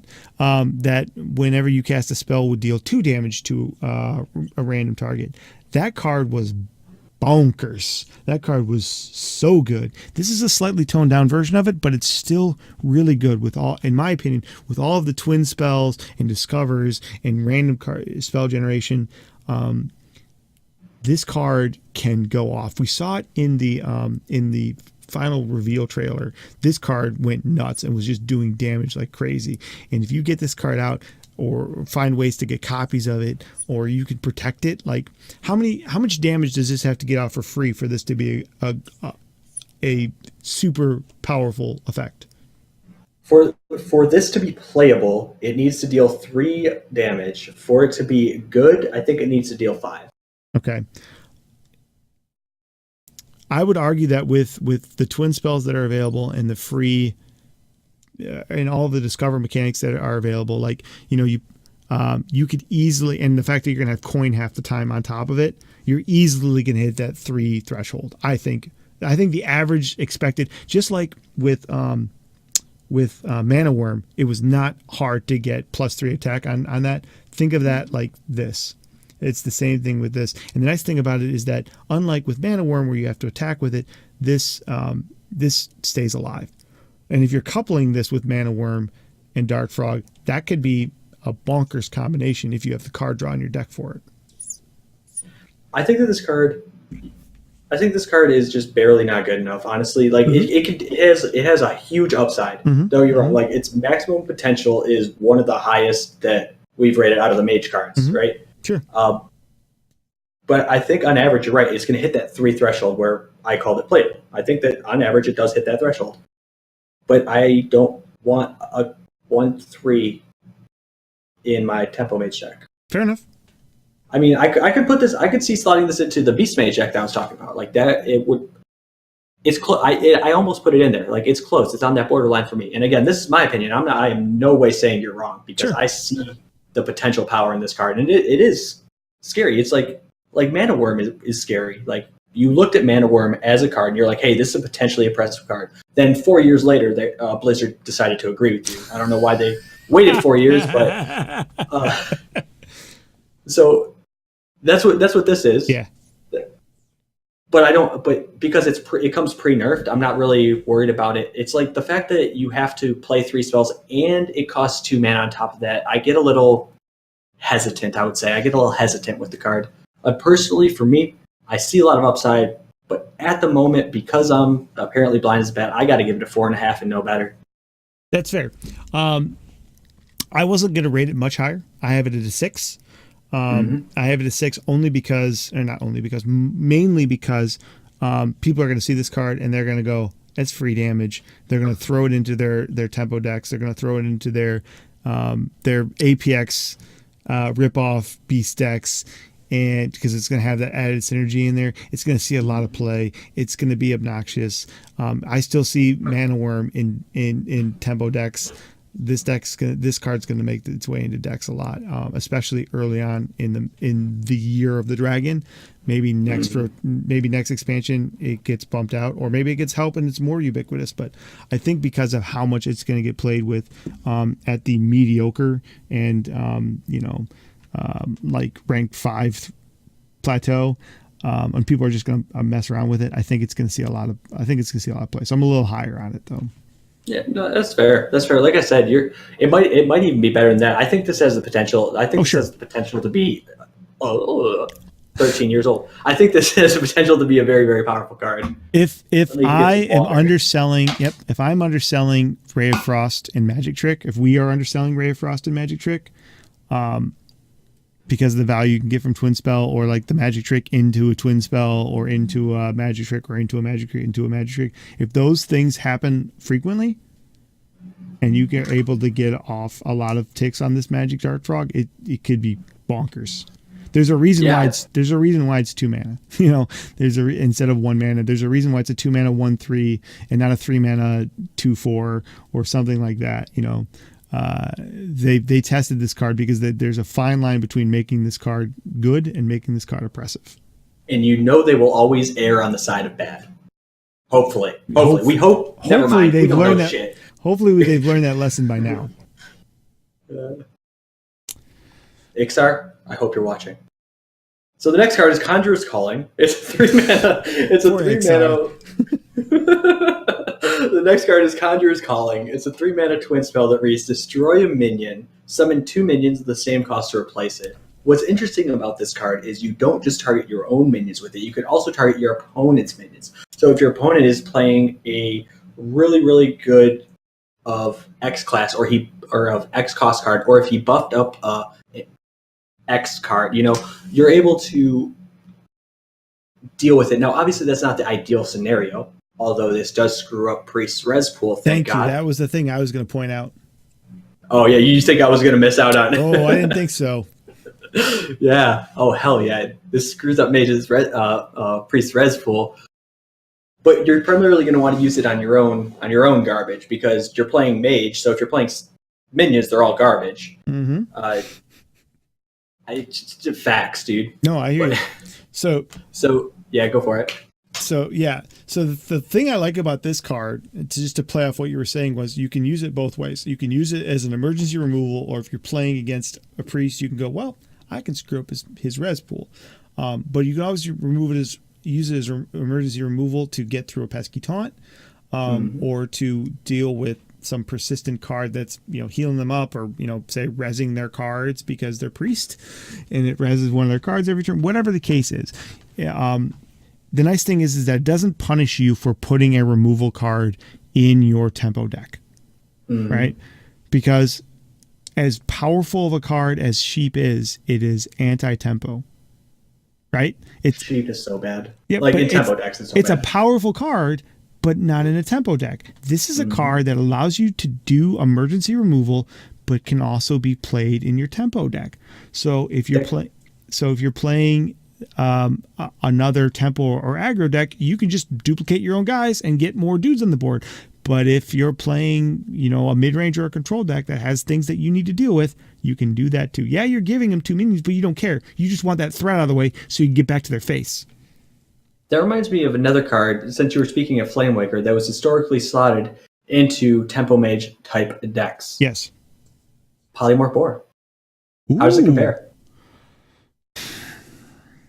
Well, it kind of serves the same purpose in the fact that Polymorph Boar was often used on your own guys as a way to deal damage to their face.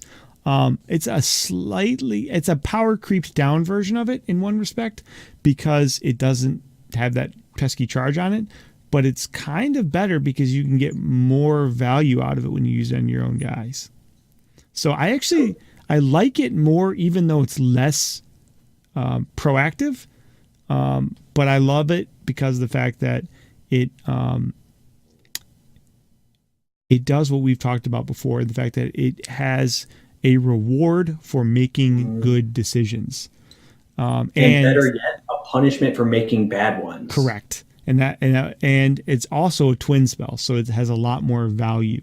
So you can use it twice. You don't have to put 2 copies of sheep in there to deal with their pesky whatever. So you just put one of these in there, that gives you 2 removals or 4 minions. And if you couple this with other things like Khadgar, you can get them 4 minions. Oh. Or yourself, whatever. So, oh wait, yeah. What about you? Yeah. So yeah, I think everything I really wanted to talk about this card was covered. With the versatility, and then get to Polymorph Boar, because it really does serve that function for Tempo Mage. When we look at it in a more mid-range version, where I think it'll end up finding its fit, because I think this card is good enough to find a fit, and mid-range is where it seems like it would naturally slot itself into being able to swing with your 3/3/4/4 5/5 minions into there, and make these value trades. Crush one of your own minions. Now you have 2 5/5s, because on average a 5-mana card is a 5/5, and you're living your life and you're happy because you're trading with the aggro deck and you're beating it, and you're a mid-range deck, and that should never happen. So I'm serious. This card enables mid-range mage decks to beat aggro decks. So that makes it extremely powerful. Yep, I agree. And for that reason, man, like this is another really strong mage card. This is a 7, dude. That's exactly where I have it. Is another 7. This is one of the reasons why mage is where it is in our discussion, because it's getting some really interesting cards that are enabling some super powerful decks for them. And I literally have this card as a 7, and I almost went higher. Went higher with this, but there's enough of a downside that where it's one of those things we have to look at it like, okay, in APX Void's hands, this is a 9, right? In the in the average player's hands, this is a 6.5, and in the people in between, it's a 7.5, and that's kind of where I came up to my number, because this is a very, like we were talking about, a card that rewards good decisions but harshly punishes bad decisions, which is why it's a skill-based card, which I absolutely love about it. So, and what's great about it is it's a skill-based card, rewards good decisions, punishes bad decisions, while having the word random on it. Having the word random on it. Why can't they do that for Shaman? Sorry. Oh yeah. So So like I said, in the right hands, this is a 9, and in the average player's hands, it's somewhere between a 6.5 and a 7.5. So, all right. Almost done with Mage. You were just alluding to this card. Yeah, so we just kind of talked about the synergy with this card and with the last card, but it's the first of the 2 epics for Mage is Khadgar, which is a 2-mana 2/2 minion that reads, your cards that summon minions summon twice as many. So this card's nuts. Yeah, this works for anything. This works for anything that summons, right? So in theory, if you had if you had somehow stolen, summon cards, it would work for that. From another class, like, frogs. If you sold random frogs, right, this would summon twice as many frogs. Or Hyreek, the bat. But yeah, God damn it. You're just trying to work him in every conversation. The synergy with this card, I mean, like, it's going to be a must kill. It's going to be easy to kill. So you're going to play this on a turn where you're going to get 2 or 3 firings off of something, right?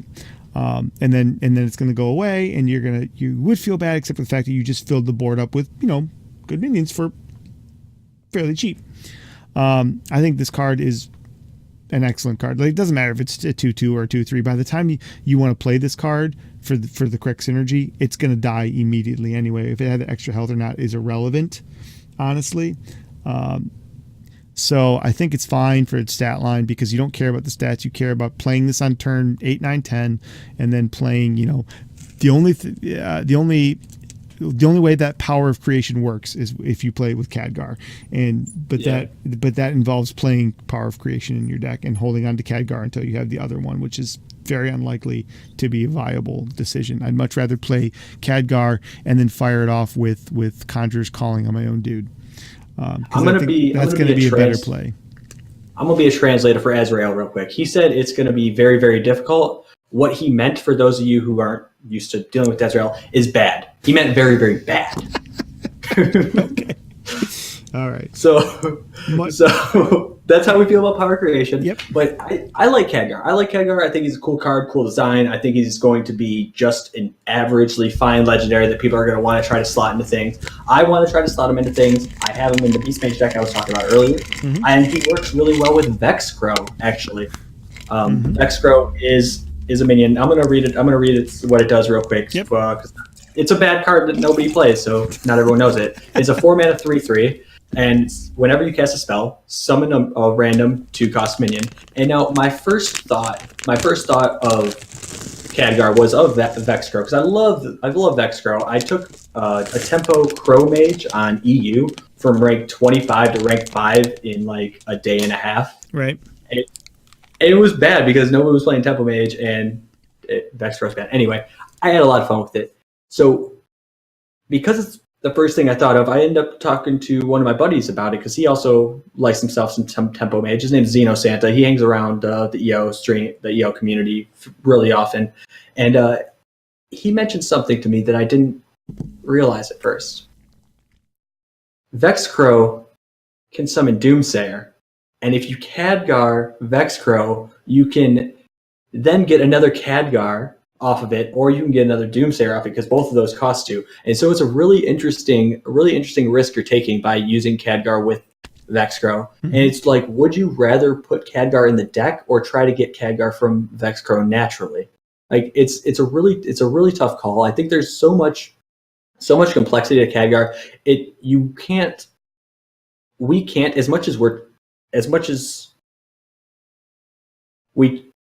there's just no way to predict how good this card will be until it's played. Like, this is one of those cards that just absolutely has to be tested, or we just don't know anything. So, I mean, for that reason, I have to put it at a 6. Like, I want it to be more, I want it to be good, but like, it just falls short for the reasons Azrael's mentioned. It's a little too understated. There's just barely not enough support. Like, the unexpected results would be cool, but then you're either using a coin or 6, and there's so many what ifs. I don't feel comfortable putting it higher than 6. Yeah, it doesn't fit into the deck that's going to be the most prevalent, which is going to be a tempo deck. Now, this is a mid-range or a control deck. Not even a control deck. Doesn't make sense in that. This is a mid-range deck, and this is a deck that's going to want to play it with what's the card that we don't like? The holy crap. Power of Creation. Yeah. They're going to play with Power of Creation or that other card that summons minions based on your spell power. Like, unexpected results. Yeah, those are just too slow. Like, it's too slow to wait till turn 10 to hold on to power to Khadgar, or either one of those in your aggressive or your mid-range deck. You don't want to hold cards that long in those decks, right?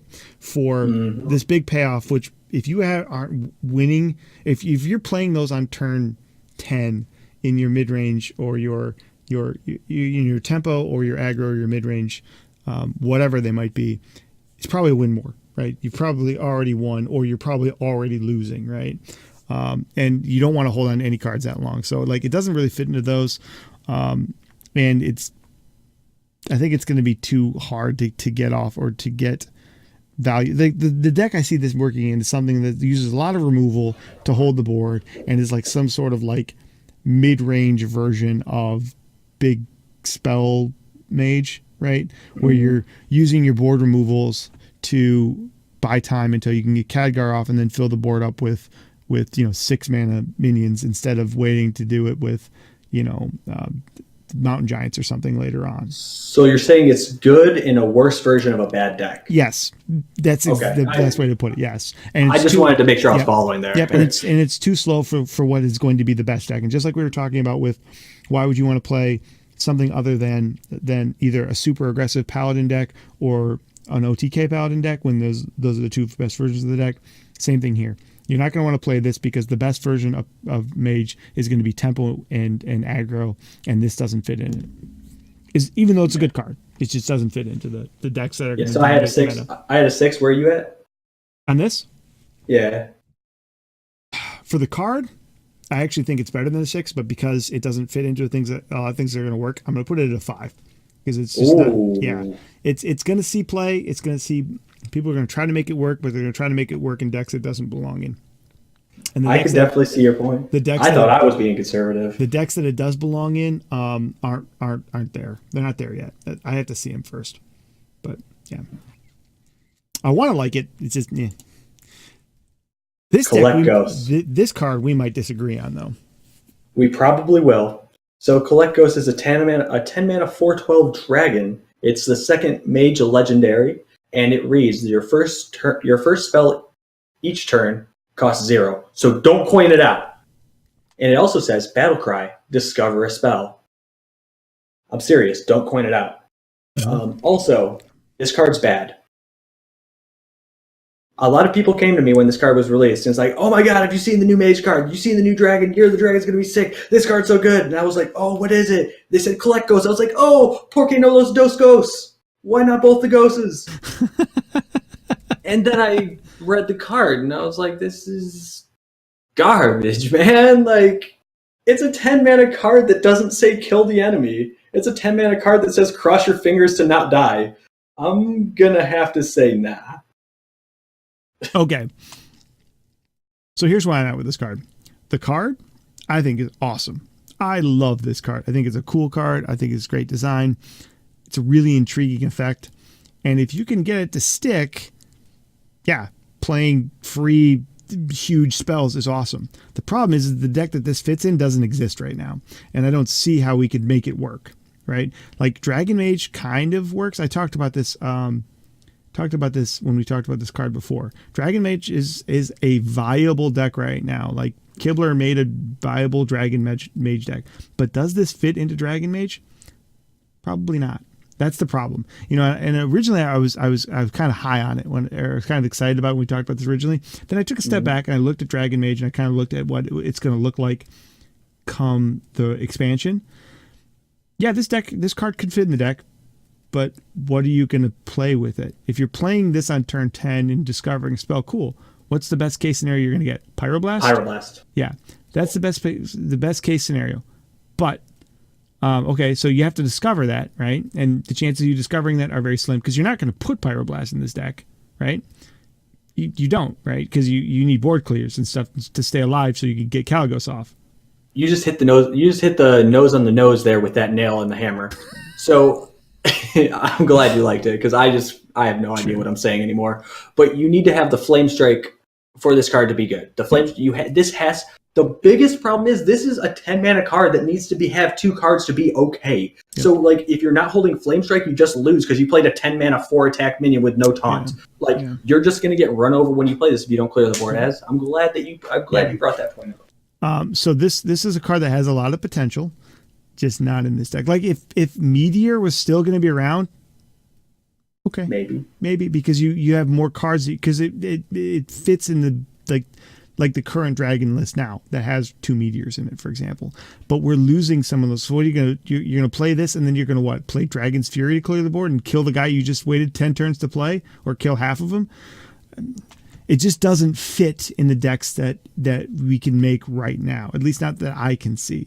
So while I love the card and I see its potential in practical application, which, like I said, one of my scoring variables is how much play it's going to see.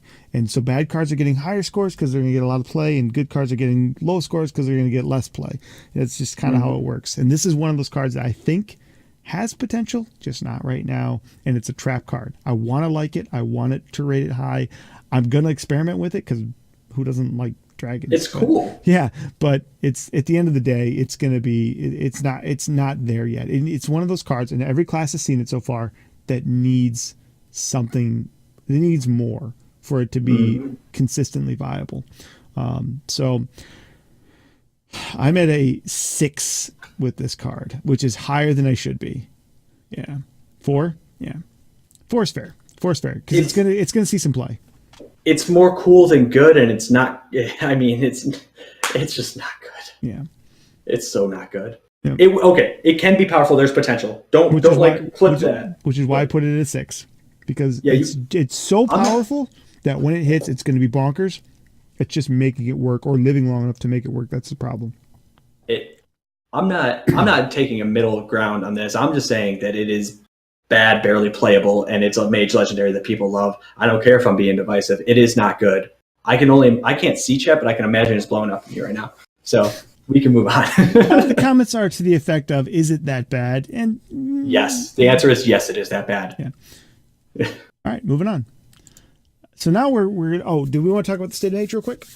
Yeah, so mage mage all but disappeared when Jaina was gone. Wait, no, Jaina hasn't been gone since I started playing. So mage has always had this card called Jaina. Jaina, if you don't know, is a death knight, and it reads, win the game because I'm an unfair piece of I'm not going to go back into a Jaina rant. I think I already did one of those. Mm-hmm.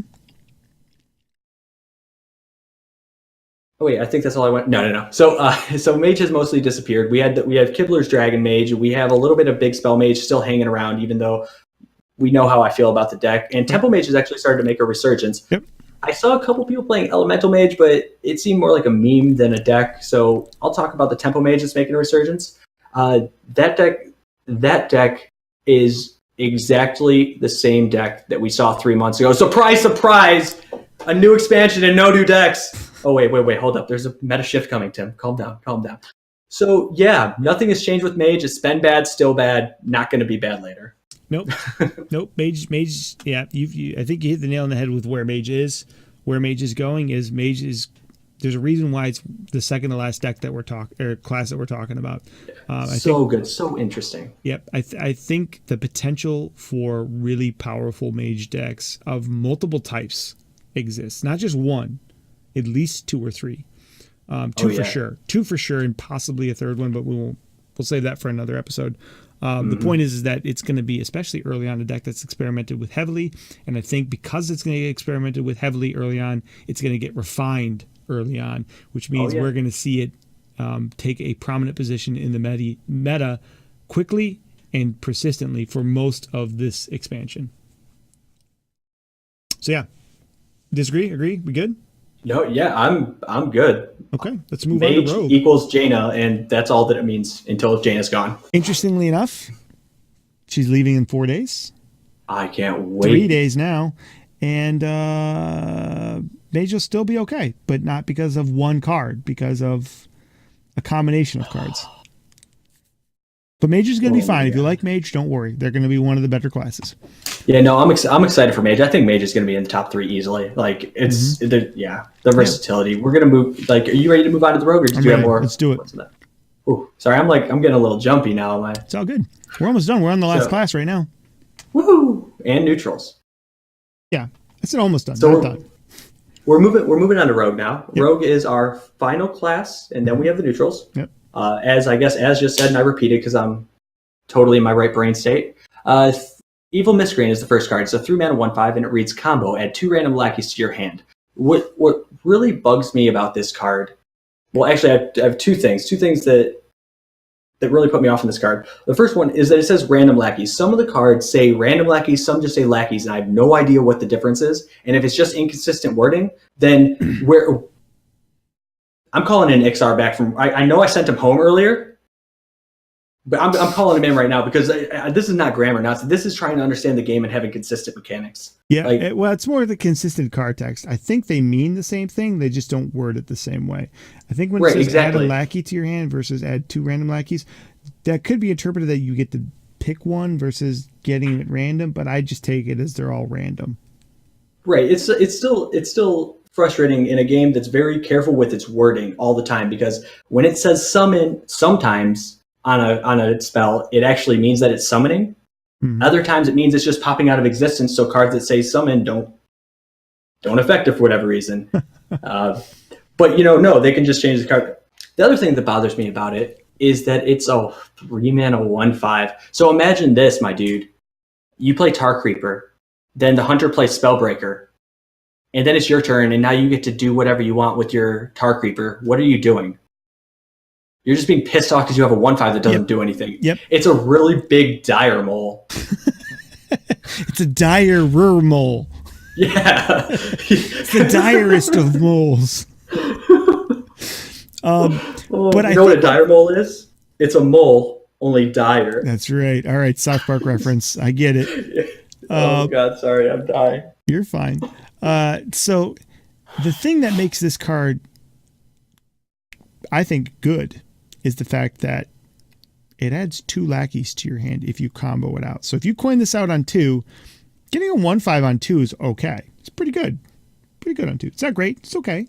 But you get, not that I'm saying you'd want to, I'm just talking hypothetically. Mm-hmm. But, no, I hear you. But you get 2 random lackey cards, which are also good. If you play this on curve somehow, comboing it on curve without wasting a coin, you can then play both lackeys on the next turn. You know, there's all kinds of ways that you can look at, you know, doing rogue things to cheat this card out.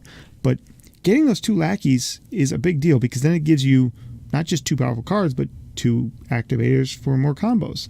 And then there's synergies with some of the other cards that are going to come up that we're going to see as well. Overall, I think it's an okay card for its cost. I think its ability to give you 2 lackeys is super dope and not to be underestimated because I think lackeys, especially with the power kind of being ramped down across the board with the reset, lackeys are going to be even more powerful now rather than later when more expansions are added during this year. So I actually think this is a pretty solid card. I'm in a good place with this card, even though the stat line is real wonky. I can't get past the fact where it says 3 mana, then it says 1/5, and then it says combo. So like, I'm just like, I don't get it. I just don't understand. Okay, can I just say 4? Am I allowed to do that? Yeah, you can say 4. You can say 4. I'm a little higher because I think lackeys are going to be good. I'm putting this at 5.5. Okay, the way you were talking about it, I thought we were going to be like worlds apart of this. I thought you were about to drop a 6.5 on this guy. Nope, it's still a 3 mana. It's still a 3 mana 1/5. Still 3 mana 1/5. The only reason it's even that good is because I think the lackeys are that good, and this does synergize with things like Cold Blood. Not that anybody's going to run Cold Blood, but you play this on. Okay, so you coin this out on 2, I guess, or you play it on curve on the 3. You're trying so hard right now. The point is you play this at some point, you put Cold Blood on it, and you use the lackeys to activate the Cold Blood to make it a, 4 or 5/5 or something like that. You know what I'm saying? The point is, there's definitely potential there. There's definitely potential there. Like my deck building brain, and I can't logic. Don't make me logic this at you because I can't figure it out. But my deck building brain is just saying pass. Like I will be flipping through the collection looking for good cards, and this one I won't even cross my glance. I'm telling you, the lackeys are going to make this card played. I hope you're right. Moving on. The 4 mana 4/3 pirate Henge Clan Burglar. Battlecry, discover a spell from another class. This card. Go ahead. I was saying I like pirates. This card, because it has that pirate tag on it, it's a good card. It's a good card. Without the pirate tag, it's trash. Yep, because Hook Tusk exists, and Hook Tusk is a good card. And this fits a nice, the 4 mana 4/3 is whatever. The Discover is okay, but I like this just because it gives you a decent pirate to put in there. And you have the upside of, well, if you draw it before you Hook Tusk, at least you can discover a spell, which synergizes with some other things that you can do as well. I don't see this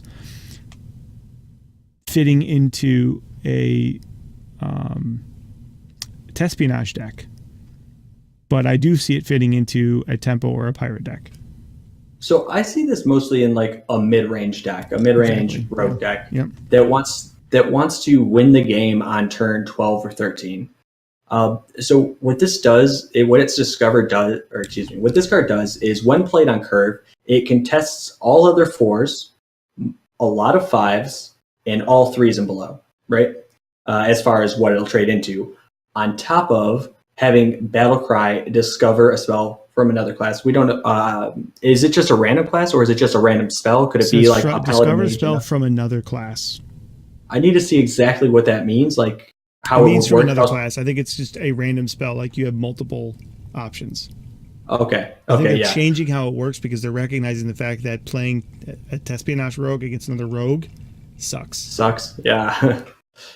but yeah. So if you're able to discover something that allows you to keep your board or allows you to make a tempo play with the mid-range deck, it'll help you flip, because that's what makes a mid-range deck difficult to play and interesting to play is when am I going to flip the board? When am I going to stop letting him have the initiative and start swinging it back in my favor? And creating that swing is what makes mid-range decks so hard to play in Hearthstone, as opposed to pretty much any other trading card game. Right. Is like that, is that and the lack of interaction. So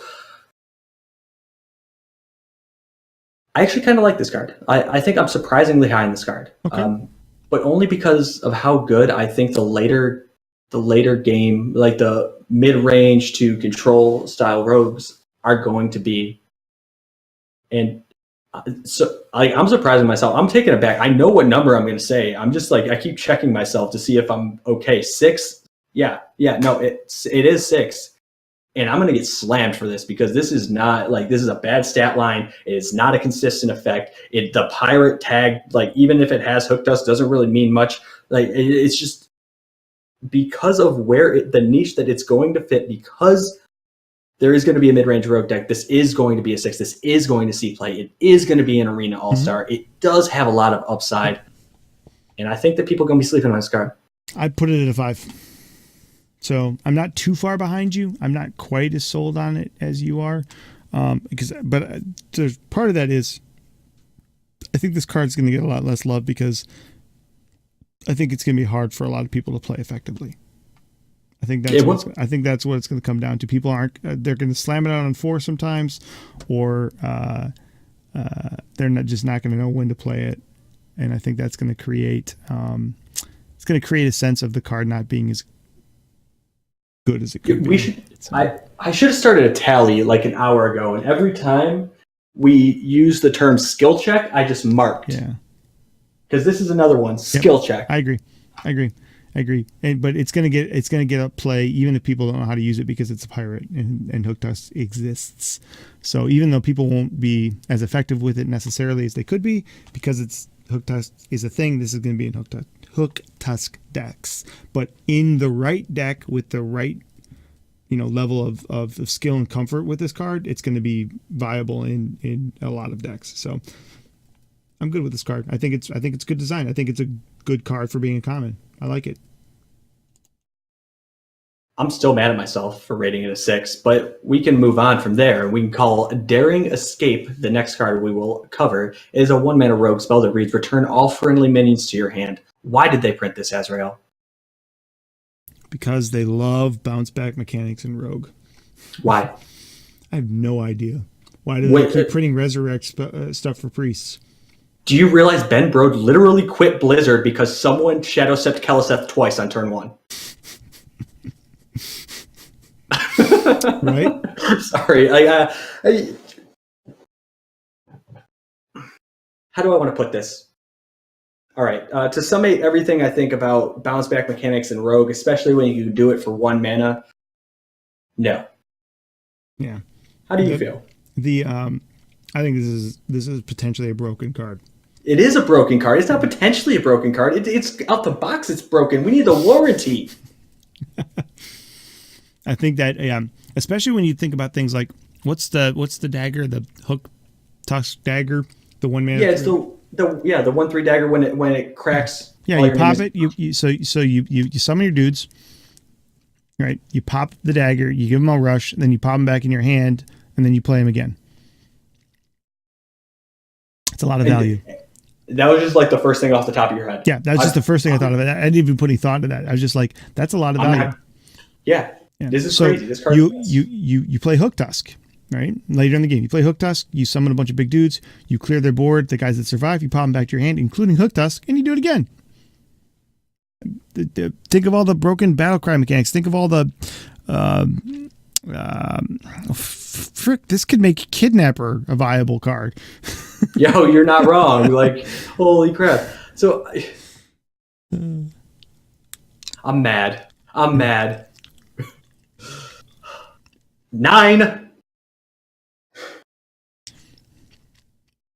8.5 is where I put it. Yeah. And I thought I'm glad you put it at 9. So I thought I was being overzealous, because keep in mind, guys, a 9 is practically like God tier card, right? Like a 10 is a must have in every card, in every class. Like it's like, you just play it. It's it's Ziliax is nearly a 10. Let's put it that way. Ziliax is like a 9.5. Yeah. So it has to be barely better than Ziliax. Like barely more prevalent than Ziliax. Yeah. A 10 would be like Keliseth, or, in decks that it fits in, or, if you can get Keliseth in a deck, you put him in a deck, kind of thing. If Ragnaros, is a 10. If you can get Ragnaros in a deck, you play Ragnaros, right? Old school Sylvanas. Yeah, Sylvanas, same thing. There's a reason why those cards all got Hall of Famed, right? So yeah, that's saying a lot. Do not underestimate when we say that this card is an 8.5 or a 9. That's saying it's one of the best cards in the set right now. There's not too many cards we've rated that high. This card is going to be bonkers. It's going to be frustrating, and it's going to be everywhere. I'm gonna be so mad. But Togwaggle's scheme will make it all up, because it'll make Rogue a lot less frustrating to play against. Togwaggle's scheme will, because it's a scheme, and the schemes are all bad. Let's read the text on this one, by the way.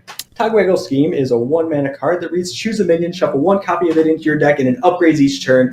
As before I quit podcasting with you, can you please take some of this stress and emotion off my shoulders?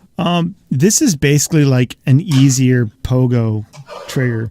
Like, you just, like, think about this. You get this on turn 5. By turn 10, you just get 5 free copies of your best card, and you get to put them in your deck. This is a really powerful card.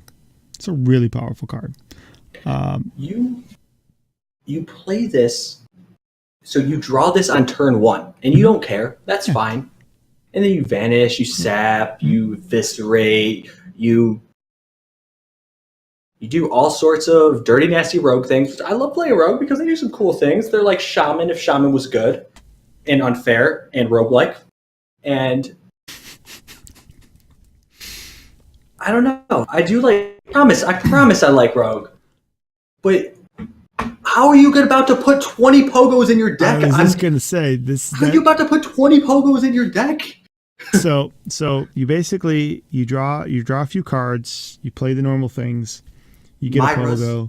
Yeah, you get a Pogo. You have the Togwaggles. You decide at some point Tamira's, and then you empty your entire deck out, and then you put 10 Pogos in your deck, and then you use your Lab Recruiter to put a bunch of Lab Recruiters to copy the Lab Recruiters in your deck, and you just keep Pogo and Lab Recruiting, and everything you do is just putting 1 or 2 mana, 14/14s in the deck, and it's Jade Druid all over again. And we're going back, we got rid of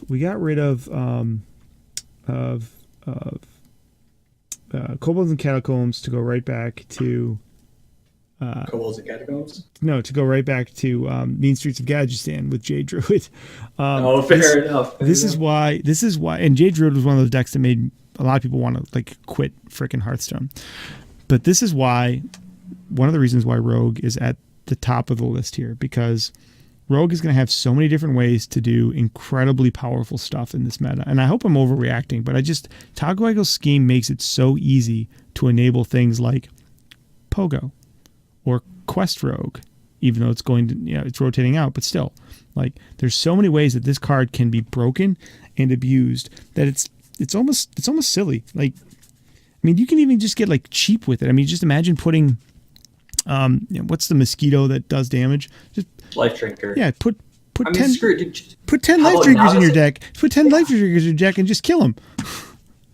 You can go as bad as Novice Engineer. So you just play 5 1/1s, right? You just play 5 1/1s, and they're like, "Oh, I'm in fatigue. Let me use the last card in my hand, and it's a 5/5 taunt. Trade them all in, and I'm going to play the last 5 next turn, and I'm just going to kill you with my 5 Novice Engineers because I'm an asshole, and I decided to take that line instead of doing it to the Ziliax." This card is another card that just makes me so mad looking at it. There's nothing. I I have way too much imagination to be in the presence of this card because my brain just starts popping off with all the ways I am going to be killed by this card, and I am going to then thusly destroy my monitor even further than I already did last time I streamed. It's true, I actually did damage my monitor last time I streamed. Oh man. Yeah, it was a good clip. So no, it wasn't. So you know what kills me about this scheme is 1 mana, and the warrior scheme is 4 mana. So stupid. Oh man. All right. So I mean, we could go on and on with the ways that this card could be broken. And the thing is, this card is almost never bad in a deck that wants to do something like this. It's almost never bad. Even putting 1 copy of a card in your deck can be powerful. This is a 1 of in a lot of decks. Oh yeah, easily. But it's almost never a 2 of though, is the thing. No. So that's why it doesn't need to be though. It doesn't need to be because exactly. of the fact that if you hold it in your turn for 5 turns, you're going to get more value out of it than you would having 2 lab recruiters in your deck almost. You're going to get the same value almost. Which puts it at the same power level as a legendary because you have the ability to put 2 in your deck, but you're like, nah, fam, it is so powerful, I only need the 1. Yep, which is like Jade, which was like the Jade, whatever the Jade the Jade idol. Which you only put 1 in there because you just would then put 3 in, and then you would take the 3 and just That's when you know a card is really, really, really strong. Where do you put this card at? I put this card at a 7, and I know it's better than that, but I refuse to rate it fairly. I refuse to rate it fairly as 8.5. I gotta do it. I'm putting it in the same power level as the other card, Daring Escape. Because think about this, right? Togwaggle scheme, a bunch of pogo guys in, Myra's, pull all the pogo guys out, play all the pogo guys, Daring Escape them back to your hand, play them again, Daring Escape them back to your hand, play them again. You see where this is going, guys. Now nobody who's watching us is going to be able to sleep tonight because you just scared them nightmares. Yeah, well, when they've got 4, and then what are you going to do? You're going to Psychic Scream them back in their deck, Wild Players? Then you're just going to make them even stronger. Oh Jesus. Please. But that's just one example. There are ways that other than Pogo Rogue where these cards are going to be good. That's just like the off the top of our head stuff we're coming up with. There's going to be much more effective combos and more consistent combos than that. But the point is that these cards are so good they can make Pogo Rogue work. Exactly. What are they going to do for viable decks that already exist, like Tempo Rogue or Aggro Rogue or Pirate Rogue of any kind, right? They can make a bad archetype work, then they're going to make good archetypes even better. So here's what you do. You play Togwaggle Scheme on your Hook Tusk. Pick all of your Hook Tusks back up, and then you just Hook Tusk because you have 20 Hook Tusks in your deck, and you just get to play 4 every turn. All right, I think we've beat this horse to death. Guys, tune in to X's channel for all the ways that he makes the ladder cry by breaking this card. Oh my god. Next we have a rogue weapon, 4 mana, 4/2 rogue weapon, the Waggle Pick, which is more bounce back mechanics. Death Rattle, return a random friendly minion to your hand. It costs 2 less. We've seen this effect in Shadow Step. We've seen this effect in Secret form and in multiple minions. And now we see it in weapon form.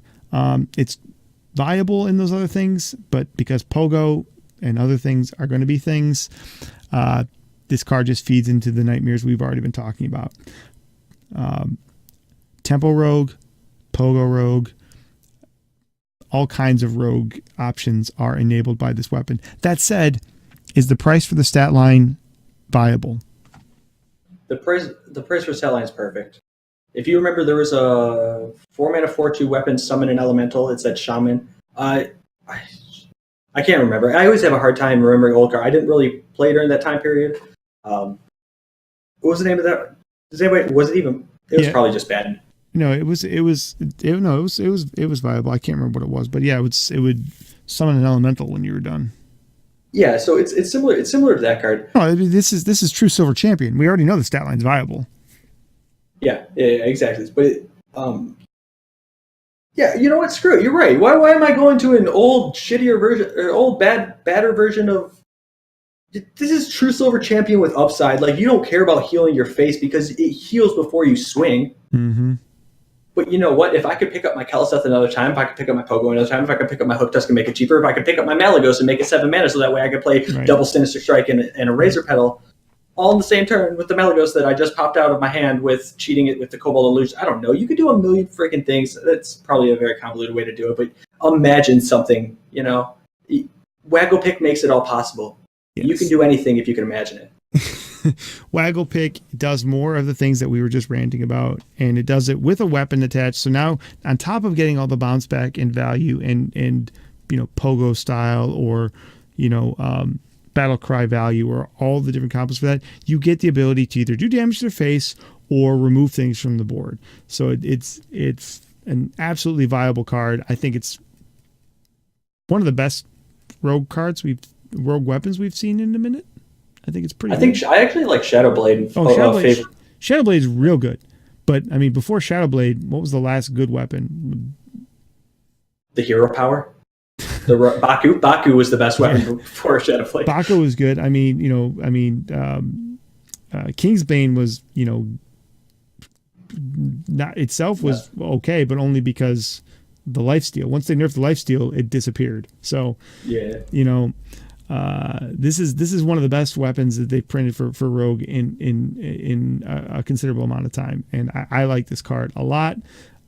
It still scares me, but that doesn't mean I don't like it. It's a powerful card, I think. This is at least a fair card. I can say that. This is a 7 out of 10, but it's fair, unlike the last two cards.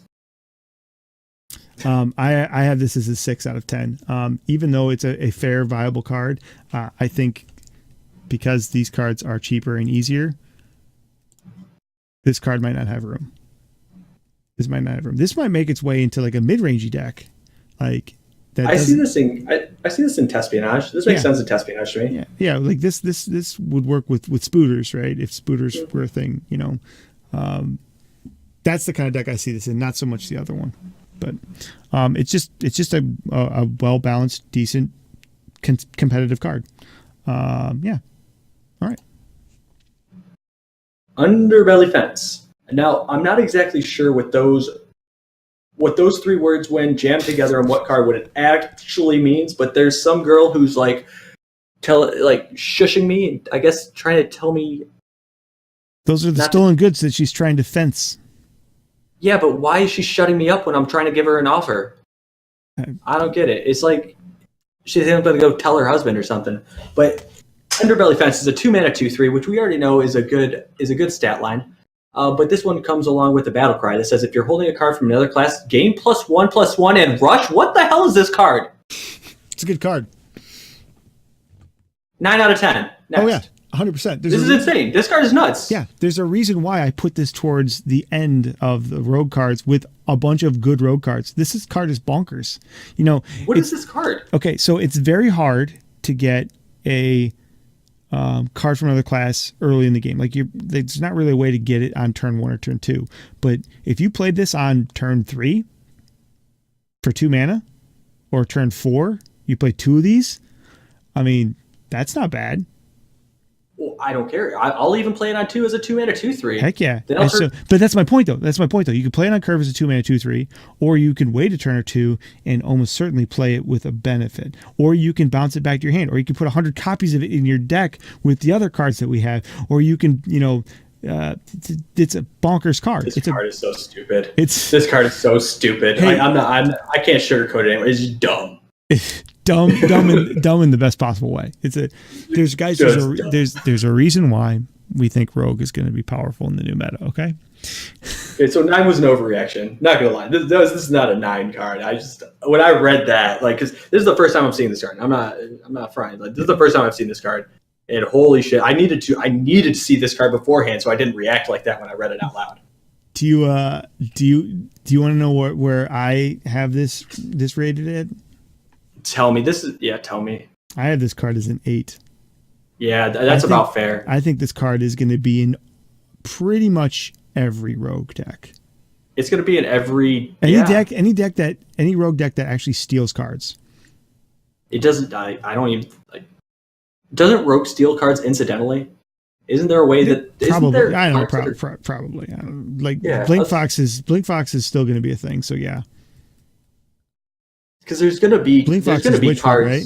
Yeah, I think so, yeah. yeah. But it's just like I don't know. I'm looking at it as, and just It's a bonkers stunned. card. It's a bonkers. It's so good. How are you going to put that on a 2-mana card, dog? Well, like I said, the one downside to it is that it's very hard to get a card from another class in your hand before turn 2. At least I can't think of one. Let me put a little more context on it. So the card that it competes with from the most recent set that was released is a 2-mana 1/1 pirate that reads gain, or 2-mana 1/1 pirate with rush that reads gain +1/+1 for every pirate you control. So you have to have 3 pirates on the board for it to be a comparable card. Yep. This card is nuts. You can't play it alone. This card is nuts. Oh my god! What do you give this card, or do you want to? This is like an 8,000. This is going in every rogue. This is an 8. Yeah. This a lot. This is a high number. Yeah, this might even we might even be low at an 8, guys. There's a reason. There's a reason why I put this near the end of the rogue section. Is there anything else you want to say other than rogues? Yeah, don't give me a heart attack by making me read something like that I haven't seen before. Rogues are going to be our new overlord. Vendetta. I'm going to try this one. Vendetta. It's a 4-mana rogue spell. It says deal 4 damage to a minion. Costs 0 if you're... I told you to stop this ass. Costs 0 if you're holding a card from another class. So on the same turn that you just played a 2-mana 3/4 rush, you get to kill the other minion for 0 mana on the board. So you just cleared the entire board for 2 fucking mana, and you have a board presence that allows you to snowball and win the game from there in a class that has so much value now with the first 3 cards that were released that is never gonna. So they didn't print any more infinite value cards. They're printing infinite value classes with cards that are just there to support nothing but infinite value. Not only is this going to be slotted right into Control Rogue, it's going to be slotted right into literally every freaking deck on the ladder because no one's going to play anything but Rogue. Yeah, so turn 3 Blink Fox, turn 4 Vendetta, free kill. I mean, I just like turn 3 free kill for that matter. What's that? I said I'll rip my hair out of some of these cards though. Yeah. This card is real strong. There are so many things with 4 health. So many things with 4 health. This card is 4 health. 4 health is typically the barrier, right? Because when you go from a 3/3 to a 3/4, it's a huge jump. Yeah. And yeah, so this card is going to kill 70% of things that you see before turn 6, right? And by that point, coupled with the other, and it's free, right? It's free.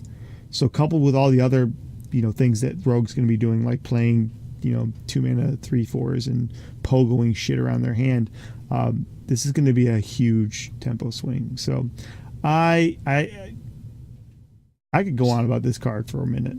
Earlier, we talked about a hunter card called Marked Shot.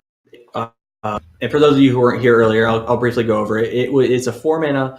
It's a 4-mana hunter spell that says deal 4 damage to a minion, discover a spell. Mm-hmm. How does that compare? What the? That's not even close. So we said that was a worse version of Wing Blast, which you can discount to 1 by killing a minion. Which of those you think it's easier to kill a minion or to hold a card, kill a minion in Hunter, or hold a card from another class in Rogue? Right? Like they're pretty close. Honestly, they're pretty close. But holding a card from another class in Rogue is much easier because it requires nothing. You only have to do it once, and then as long as you don't play the card, you're good. You're set forever. Then why does this one cost less?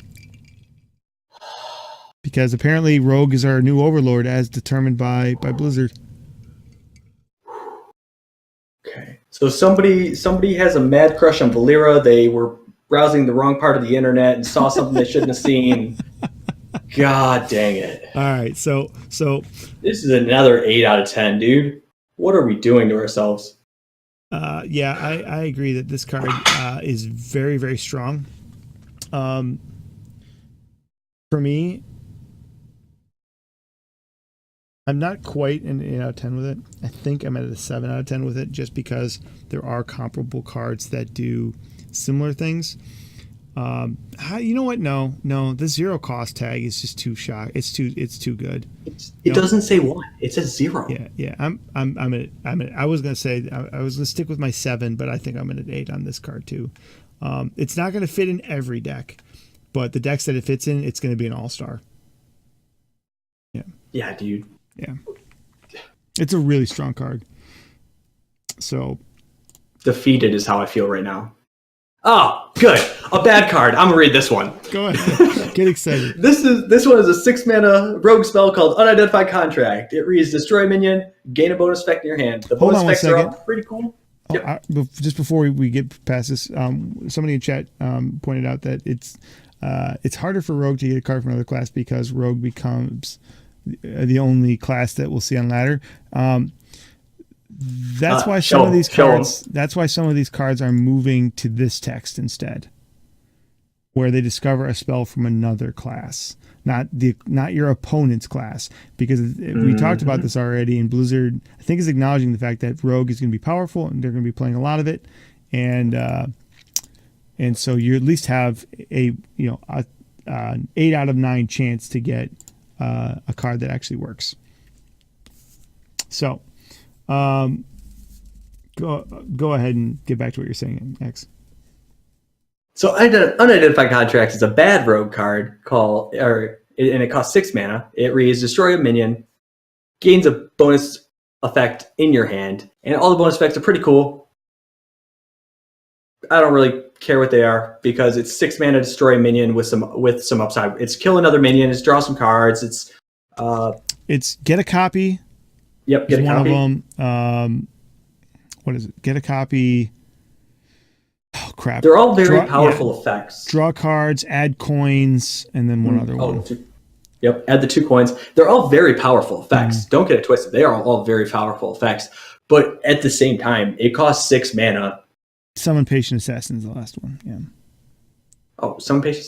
Yeah, you get a 1/1 with stealth and poison. Yeah. And these are all pretty neat. But when you put this card next to any of the other rogue single target removal, it walks away with its tail between its legs. Yep. You know. Yep. Like Walk the Plank is just strictly better. Like 2 mana is so much. I don't even care if I get to kill 2 minions for 6 mana. This more compares to Assassinate to me. It compares barely favorably to Assassinate. Yes. So it's real simple. I think in most cases I would rather sap than play this card. Agreed, 100%. You know, that's just the thing. It's even with the bonus effect. It's just if you're playing this in a tempo or aggressive deck, you don't want the value. You just want the thing that you're trying to kill out of your way, so you can do the thing that you want to do, which is hit him in the face. It's the same reason why the mage card that we were talking about before is good in tempo and aggressive mages. The Conjurer's Calling. We don't care about giving them stuff or letting them play it again. We just want the taunt or the thing that's preventing us from hitting in the face or winning out of the way. And Sap does the fine job of that for 2 mana. Even with something like Prep, I still don't like this card more than Sap. Then it's 2 good cards to do 2 bad things. Yeah, because I'd rather prep a number of other things out rather than this. If I'm going to prep anything, I'm going to prep. I'd rather prep an Assassinate. I don't know, because I'd rather have an Assassinate in my deck because it's a 5 mana card. Yeah, once you cross the 5, and I talk about this all the time when I talk about card valuations. Jumping from 5 to 6 is such a huge boundary because then you can't play both sides of it on the same turn. All the most powerful cards in the game are 6 for that exact reason. This is not one of those most powerful, or 6 or more for that exact reason. This is not on that same level of the other 6 or more cost cards, and for that reason, I can't. Yeah. Like, would you rather have this as real talk? Would you rather have this or Vile Spine Slayer? Vile Spine, 100%. 1,000,000%. Yeah. I think I rest my case with that. This is like a 4. Yeah, this is. It's good enough to see play. It'll find a spot, but it's like it'll barely find a spot. It's a card I want to think is better than it is, but at the end of the day, we've outlined every reason why it's not. And yeah, you know that people are going to play it because they're going to experiment with it. It's good enough to be a one-of in some decks. Some people are going to try to make super greedy extra value decks, and they're going to try to squeeze this in. And I think a four nailed it. But I think it's going to be a 3.5 because I think it's going to see one copy. One copy. Fair. One copy will be in a deck. So you'll see it, but it'll be one copy and only when they draw it. And they're going to feel real bad when they have to use it because that's going to be their entire turn. And then you're just going to poop a bunch of stuff on the board and beat them in the face the next turn and win. Mm-hmm. Now we move on to the first of two legendaries for Rogue. It's a 6-mana 5/5 Heist Baron Togwaggle Battlecry. If you control a lackey, choose a fantastic treasure. Now the fantastic treasures are the same ones that you got from Mare and the Fox, which were the magic or the magic wand or whatever that draws 3 cards. They cost 0. There's the the goblet, which is discover a legendary minion, summon 2 copies. Yep. And then draw a card, yep. Fill your hand with the rest of them. Yep. Or fill your hand with copies of that card. Isn't there a 4th one too? Those are the 3 that I remember. There's probably a 4th. I think there's a 4th one as well. The point is they're all very powerful. Super powerful. They're all very powerful. It's going to be easy for rogues for the most part to have lackeys. Hell, there's even neutral cards that give you lackeys. It's a 6-mana 5/5, not a terrible stat line for the effect. Pretty freaking good. I think this is a solid to strong legendary, but I don't think it's like super bonkers or broken. Like I don't think it's like over the top strong. This is worse than a couple of 1-mana common cards that we reviewed earlier today, less than an hour ago. Mm-hmm. But it's still hella strong. This is a dope card, and I'm gonna like this card. Yeah, this is a great card. And what I'm seeing here is the worst card that we've seen from Rogue so far is the 3-mana 1/5 that gave you 2 powerful cards. There's a definite clear pattern of strength from the Rogue, and this even their legendary, like even with some classes like their legendaries, like with Mage, yeah, a lot of their cards are strong, but they had some pretty weak ones, and one of their legendaries or 2 of their legendaries were kind of like at best. Mm-hmm. Everything we've seen from Rogue now, even the lackeys, or even the 1-mana 3-mana 1/5, even that is like more viable than a lot of cards in other classes, and this just continues the pattern of overall solid to strong cards with Rogue.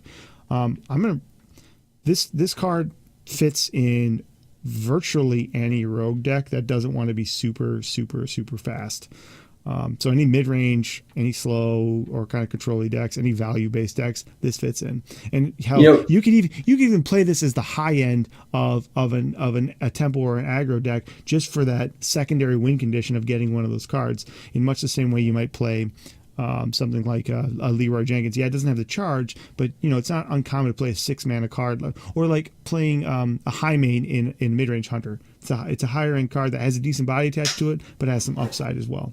So I really like this card a lot. I think it's very, very flexible. I think that this card is not as good as it seems because it doesn't actually fit in the decks that it wants to fit in. There's just better cards that you can play. That's fair. I want it to be good. It does have a powerful effect. However, you put it side by side with what it competes with. It always comes back wet. I don't know why that's the adjective I use, but sure, it always comes back wet when you compare it. So, right. So for that reason, I'm gonna give it a solid 5 out of 10. I'm at a 6 on this one. And I want to go higher, but it just doesn't fit in what are going to be the most common Rogue decks that we're going to see. I mean, people are going to squeeze it in there. People are going to squeeze it in there because they're going to want it in there. I'll probably play with squeezing it in there too. Oh, yeah. But at the end of the day, it's not optimal for a lot of the decks that are going to be the most common for Rogue right now, I think. So I really do like his hat, though. Yeah, well, it's a little mini safe with a little hat on top of it. Yeah, no, not the safe. The safe is garbage. I'm talking about the hat. Okay. And then finally, Tak Nazwisker. Tak Nazwisker is a 7-mana 6/6 rogue legendary minion, and it reads: whenever you shuffle a card into your deck, add a copy to your hand. Why? can I just Togwaggle scheme this guy and then play it again the next turn and then play Togwaggle scheme on it again and then just have a bunch of just garbage 7-mana 6/6s rolling around everywhere? It doesn't matter how bad Pogo is. With all of the cards that they're giving you to make Pogo work, Pogo's going to work. But even beyond that, just your tempo and your aggro and your pirate decks, and there's so many freaking different ways that these cards all synergize together. Academic espionage. Oh my god. Yeah, play this. Academic, play this. Prep espionage. Play this, then you play prep, and then you espionage, and then you prep, and then you espionage. Not that you would fill your hand up, but you know what I'm saying. Yeah, no. Then you cry, or no. Then the opponent cries, and then you cry, and then he cries again, and then you walk away. Oh my god! And then playing this. Oh my god! Playing this with Elic. Somebody just pointed out playing this with Elic on top of it just for the extra grossness. I mean, the meme / actually good play potential is sickening here, guys. This card does a lot of. Let's be honest though. This as far as disgusting things that Rogue is going to do, this is not among the top violators. Nope. So this is a very strong card, and it is nutty. And I would call it one of the strongest Rogue cards if Rogue was given the same power level of cards as everybody else. But instead, it's a very middling Rogue card compared to the other ones. Exactly. And for that, like in a vacuum, if none of the other Rogue cards existed, this is a 7.5. Yep. So I'm gonna leave it there. I don't want to compare it with the other cards in the same pool to compare side by side. That's fair. I was originally lower on this card, but having kind of talked through this entire set and realizing just the fact that the synergies beyond just Pogo exist, I'm actually bumping this up to a 6.5. Originally, I was at 5 because I was like, you're not going to put this and the legendary and all the other stuff in the same deck. You're just not gonna.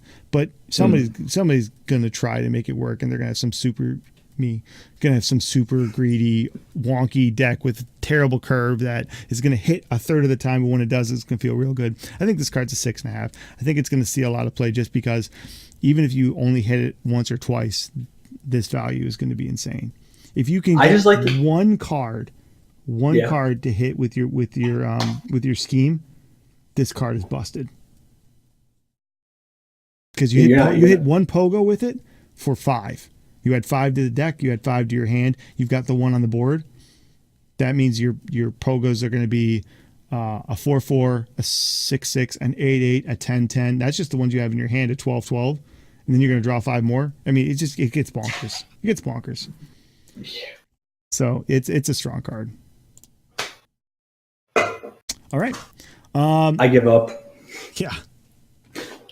Do you want to take a break or do you want to hammer through these? State of Rogue. Rogue was good until they decided to just out of nowhere nerf Cold Blood for some reason instead of waiting a month when they were going to nerf everything else. Same thing with Flame Tongue. So they killed an entire archetype a month earlier than they were going to kill it, but they didn't kill the odd paladin archetype. They killed the odd rogue archetype instead of just killing everything at the same time. Anyway, so then the only thing people could play was like Tess and Even Rogue, which, Even Rogue was fun but not really good. Tess Rogue is fun but not really good, at least now. Showed a lot of potential. So Rogue's in a weird place right now. Rogue was a dominant deck for a year, and then a month and a half ago they killed everything but the meme decks, and it'll be nice to see Rogue come back. Rogue is going to be probably certainly top 3 class, probably constantly vying for top class, if not solidly as the top class, at least based on what we're seeing here. Am I overreacting?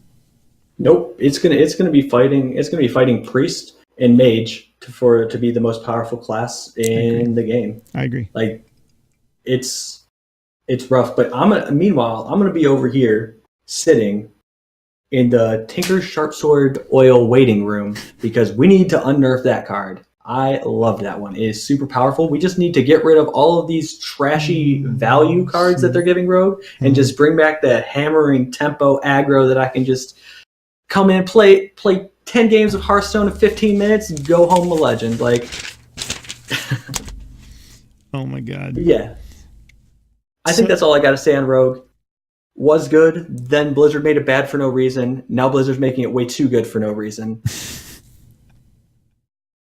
You're not wrong. Yeah, I need about 60 seconds if we're good to go to break time. I know you were bringing that up before I forced this other discussion. Nope, thank you for doing that.